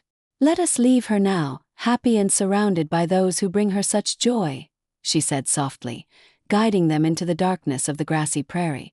When they were out of sight of Mother Earth, Nyx let loose their hands and said, Follow me. The goddess lifted her hand and a slender silver thread appeared, as if the moon had lent her a beam of light. She grasped it and smiled at the winged immortals who were studying her with twin looks of apprehension. Don't worry. If you know the way, the journey is not far. And I will show you the way, so that ever after you will never be far from me. Then the glittering ribbon went taut, lifting the goddess into the night sky. Kalona and Erebus unfurled their wings together, and took to the sky after her. Asterisk, asterisk, asterisk. Nyx didn't let loose the glittering silver thread until, out of the complete blackness that exists between realms, a patch of hard-packed earth suddenly appeared. She stepped on it and turned to face Kalona and Erebus. Is it a piece of Mother Earth here? Erebus asked, bending to touch the ground that looked so very much like the red dirt from the tall grass prairie. There's more of it in there, Kalona said, pointing at a seemingly endless grove that stretched before them. No, there is nothing of Mother Earth here, Nyx said, though you will see many sights that will remind you of her. Nyx thought Kalona looked relieved. Erebus only looked curious. What is that tree? He asked, starting to walk forward toward it. Nyx stepped before him, blocking his way. Both immortals were now looking at her curiously. That tree has many names in the mortal realm, Yggdrasil, Abellio, and the hanging tree are but three of many reflections of its old magic. Here I call it the wishing tree, as I have filled it with ribbons of divine energy in which I have woven wishes and dreams, joy and love. It stands at the entrance to my realm, the other world. I intend to share my realm with both of you, but before I allow you entrance I ask each of you to make me one promise, that no matter what the eternity to come brings, you will never again speak of the events of this night. My daughter, and those who come after her, must never know that they were mistakes created because of superstition and madness. Do you agree? I do, and you have my promise, Kalona said. As do I. You have my promise as well, kind, loving goddess, Erebus said. Then I gladly bid you enter the other world, and wish that together we will all blessed be. Asterisk, asterisk, asterisk. Mother Earth left the Fae to their endless dancing. She had one last task to perform before she could sleep, but first she approached the body of the shaman. She knelt beside him and closed his sightless eyes. Then she waved her hands over his body, and the rich earth of the prairie parted, gently making an opening in which to cradle the old man. You did well, just as I asked. I know it broke your heart to follow my edict and sacrifice the maiden, but by doing so you have given Kalona his only chance at redemption, for he has, indeed, been tainted by darkness. Nyx does not see it, but I see it as clearly as did you. You did as I commanded. Now I will keep my word to you, old one. Mother Earth touched his forehead, and drew from within him the glowing orb that held his eternal spirit. Come to me, mighty beast of the grass sea. An enormous bison trotted up to Mother Earth. The muscles of his wide chest rippled as he bowed before her, his muzzle resting by her knee. She stroked his thick pelt, murmuring her appreciation of his majesty. Then she completed her promise by saying, "Joined for a lifetime you and he shall be." She pressed the spirit glob against the bison's forehead, and it disappeared within the beast. Mother Earth smiled up at him. Go, old one made young. Roam the prairie and have a long, fertile life. With a snort, the bison obeyed her, and as he trotted away he kicked the air in a joyous dance of freedom. Chapter 11. Though it would create a wound within her that would ache for eternity, Nyx knew Kalona must be stopped, and so the eons passed. At first, all was well in the other world. The goddess was no longer alone. She had warrior and lover, playmate and friend. Nyx thrived, and thus did the other world. Nyx's children, created by Mother Earth before she retreated to sleep within herself, thrived as well, though both immortals had been right. Many were not strong enough to survive the change, but those who did were the best of humanity, the bravest and strongest, the brightest and most talented. In solidarity, they named themselves Vampire, the children of Nyx, and they evolved a society that honored women as goddess, and valued men for their roles of warrior and lover, playmate and friend. Nyx was so well pleased by her children that she sometimes passed along gifts to them based on the 5 elements over which her friend had granted her dominion. But no matter how much they pleased her, or how many times Nyx granted the vampires gifts, the goddess made quite certain that she did not meddle too often in their lives. Mother Earth had taught her a valuable lesson. Love cannot thrive if it is too closely controlled. Nyx vowed that she would not control her beloved children, that they would always have free will, whether they chose to use that freedom wisely or not. Though she was sometimes sorry she had made that vow, the goddess never broke her oath. Nyx was also sometimes sorry that she had vowed never to speak of the night the first of her children had been created. The vow had been well intended, made to protect her children. What the goddess had not realized then was that by cloaking that night in silence, she had also lost the opportunity to explain many things to Kalona, and in return to ask him for an explanation for many things as well. They never spoke of what had happened when Kalona had appeared at the geyser, or of the strange superstition that had caused the shaman to make blood sacrifice to Kalona. In her mind, Nyx often replayed the chant the shaman had sung before he sacrificed the girl. What I do for 2. 1 for her, and 1 for you. What had the old man meant? Nyx believed the you of which he had chanted was Kalona. Could the her not have meant the maiden, but instead have been referring to the goddess herself? The not knowing haunted Nyx, especially as, bound by her own vow, she could speak her questions to no one, especially not Kalona, who seemed increasingly not to want to speak to her about many things. Nyx tried to talk with Kalona about Mother Earth, whom she missed terribly. Kalona avoided the subject of his symbolic mother and grew silent. When Nyx wondered aloud what could have happened to little Lota, who disappeared the same night Erebus and Kalona entered the other world, Kalona had only silence as reply. Kalona's silence began to lengthen and spread, until there was little he and Nyx were able to speak about, and the only thing that was not awkward between them was the flame that burned when their bodies joined. But Nyx needed more than wordless passion to be happy, and she found herself more and more often turning to Erebus for companionship. The golden immortal was not her lover, but he served the role of consort more fully than did Kalona. Erebus spoke with her easily. There was nothing hidden between them. Erebus truly listened to her, without pride or jealousy, and Erebus had the ability to make her laugh. The more Nyx turned to Erebus, the more withdrawn Kalona became, until he stopped seeking even the solace of joining his body with the goddess. In the malignant silence that grew between them, Kalona was filled with a jealousy that had never truly been reconciled, and the anger created by that jealousy. It was then that darkness began its attack on the other world. The first time it happened, Nyx had been sunning herself on Erebus's balcony, taking in the morning light. She remembered that Erebus had made a feather toy for the wildcat that followed Nyx throughout the other world, and that she had been laughing like a girl at the cat's obsession with the feather when something dark and terrible had slithered over the edge of the balcony and wrapped itself around the cat's hind leg, causing it to yowl in pain. Nyx had screamed in fear, and Kalona had suddenly appeared like an avenging god, wings spread, eyes glowing amber. He had skewered the slithering creature with his obsidian spear. Nyx had scooped up the cat and run into Kalona's arms. He had held her, stroking her hair and whispering reassurances to her, until she had stopped trembling. "What was that?" Nyx had asked him. "Darkness," Kalona had said in a voice filled with anger. "How did it gain entrance here?" Erebus had asked as he gently bandaged the cat's bleeding leg. "You tell me, brother. It was you who was alone with the goddess when it struck." Erebus had had no answer for his brother, and neither had Nyx. But what had begun that day continued to spread until almost every day Kalona battled some kind of darkness. In the beginning, the attacks brought Kalona and Nyx together once more. They became lovers again for a brief, beautiful time. The goddess sought his company, and they found a way to speak to each other.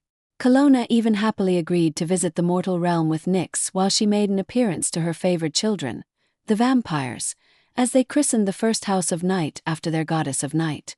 But that visit ended in jealousy and anger when Nyx remarked joyfully, "Look, Kalona, there are so many cats here. They are such loving familiars of my children."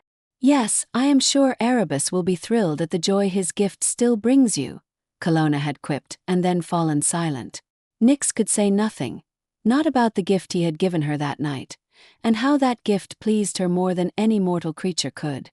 No, Nyx could say nothing. Her own vow silenced her. She could only watch as jealousy and anger warred within Kalona. As they returned to the other world, a great horned creature of many heads and with teeth like daggers had attacked them. Kalona destroyed it, escorted Nyx to her chambers, and then, without speaking, he left her there alone while he searched for more enemies to slay. That night Nyx wept bitterly as Mother Earth's warning echoed from her memory. "Watch Kalona.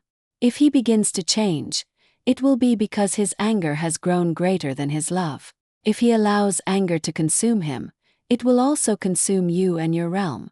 Nyx realized it was happening.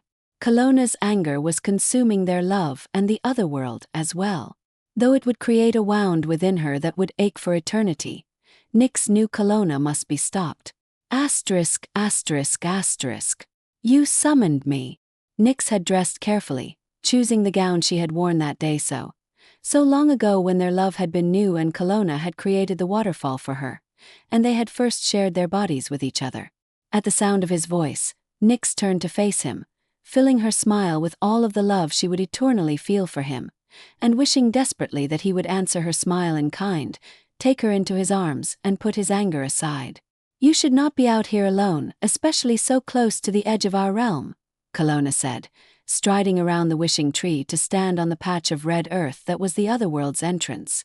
When he finally looked at her, his amber eyes were hard. Has my warrior completely defeated my lover? Nyx asked him. He blinked in surprise. I do not know what you mean. He approached her, obviously meaning to guide her back to the palace. Nyx shook off his hand and walked purposefully to the hard-packed dirt at the edge of her realm. Kalona simply crossed his arms over his chest and watched her. Do you understand that I love you? She asked him.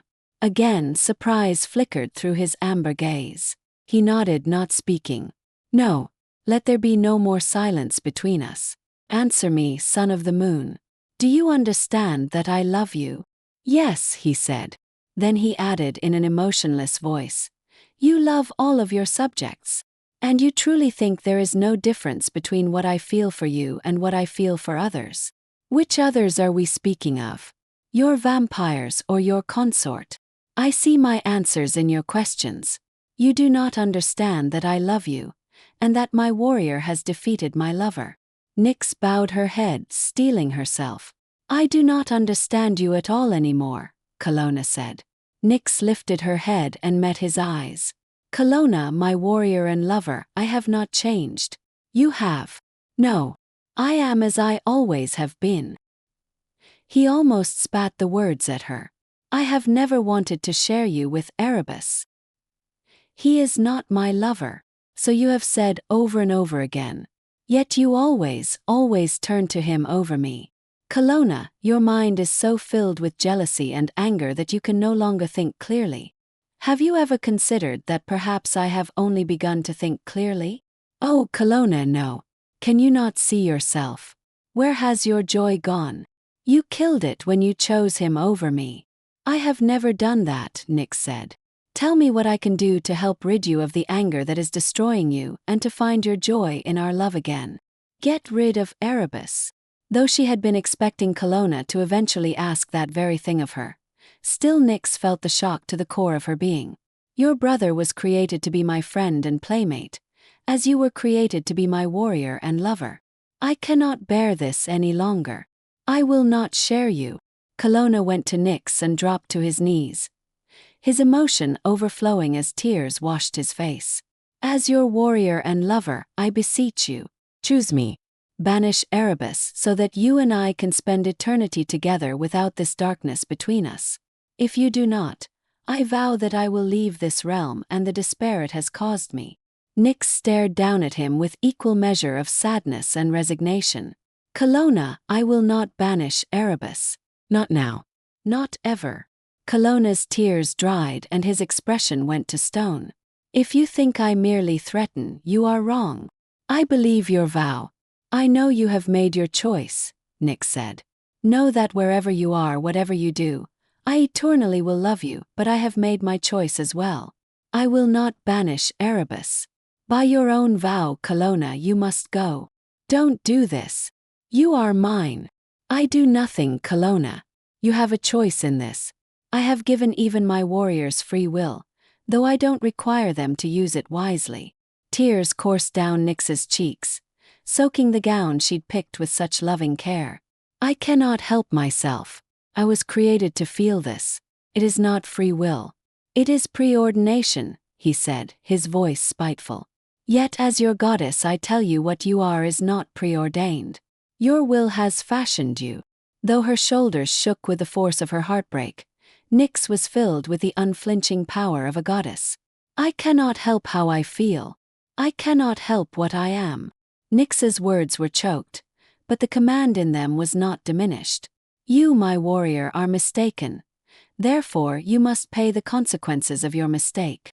Flooded by regret and tears and despair, Nyx gathered her divine energy and hurled the consequences of his own choice at him, knocking him backward with such force that he was lifted from the ground and flung down, into the black of the ether that separated the realms. Kalona fell. Slowly, sadly, Nyx made her way back to her palace and all the way to her bedchamber before she collapsed onto the floor, sobbing as if her soul were broken. Asterisk, asterisk, asterisk. The cat brought Erebus to her. He lifted Nyx in his arms as if she weighed no more than a child. He carried her to her bed, where he washed her face with a cool cloth and coaxed her into drinking some wine. Only after she had stopped weeping did he ask, He is gone. Nyx nodded, eyes dark with grief. He left me. Erebus took her hands in his. I will help you get him back. Thank you, my friend, she said tremulously. But I will not allow him to return until he has earned forgiveness for the wrongs that he has done and the wrongs that he will do. Agreed, Erebus said. Some day in the future I will help him earn your forgiveness. He will not let you help him. Then he will not know that I do. Nyx turned her head and stared out the window of her balcony at the lush beauty that was the other world and wiped at the single tear that had newly escaped her eye. Far below, Kalona's hand perfectly mirrored the goddess's, but his cheek was not wet with tears. Instead, catching a glimpse of himself in the still waters of the lazy creek, he saw that the moonlight color of his wings had changed to the black of the darkness. He had allowed entrance into Nyx's otherworld. Filled with insatiable rage, Kalona roared his anger to the night sky and lost himself completely. End.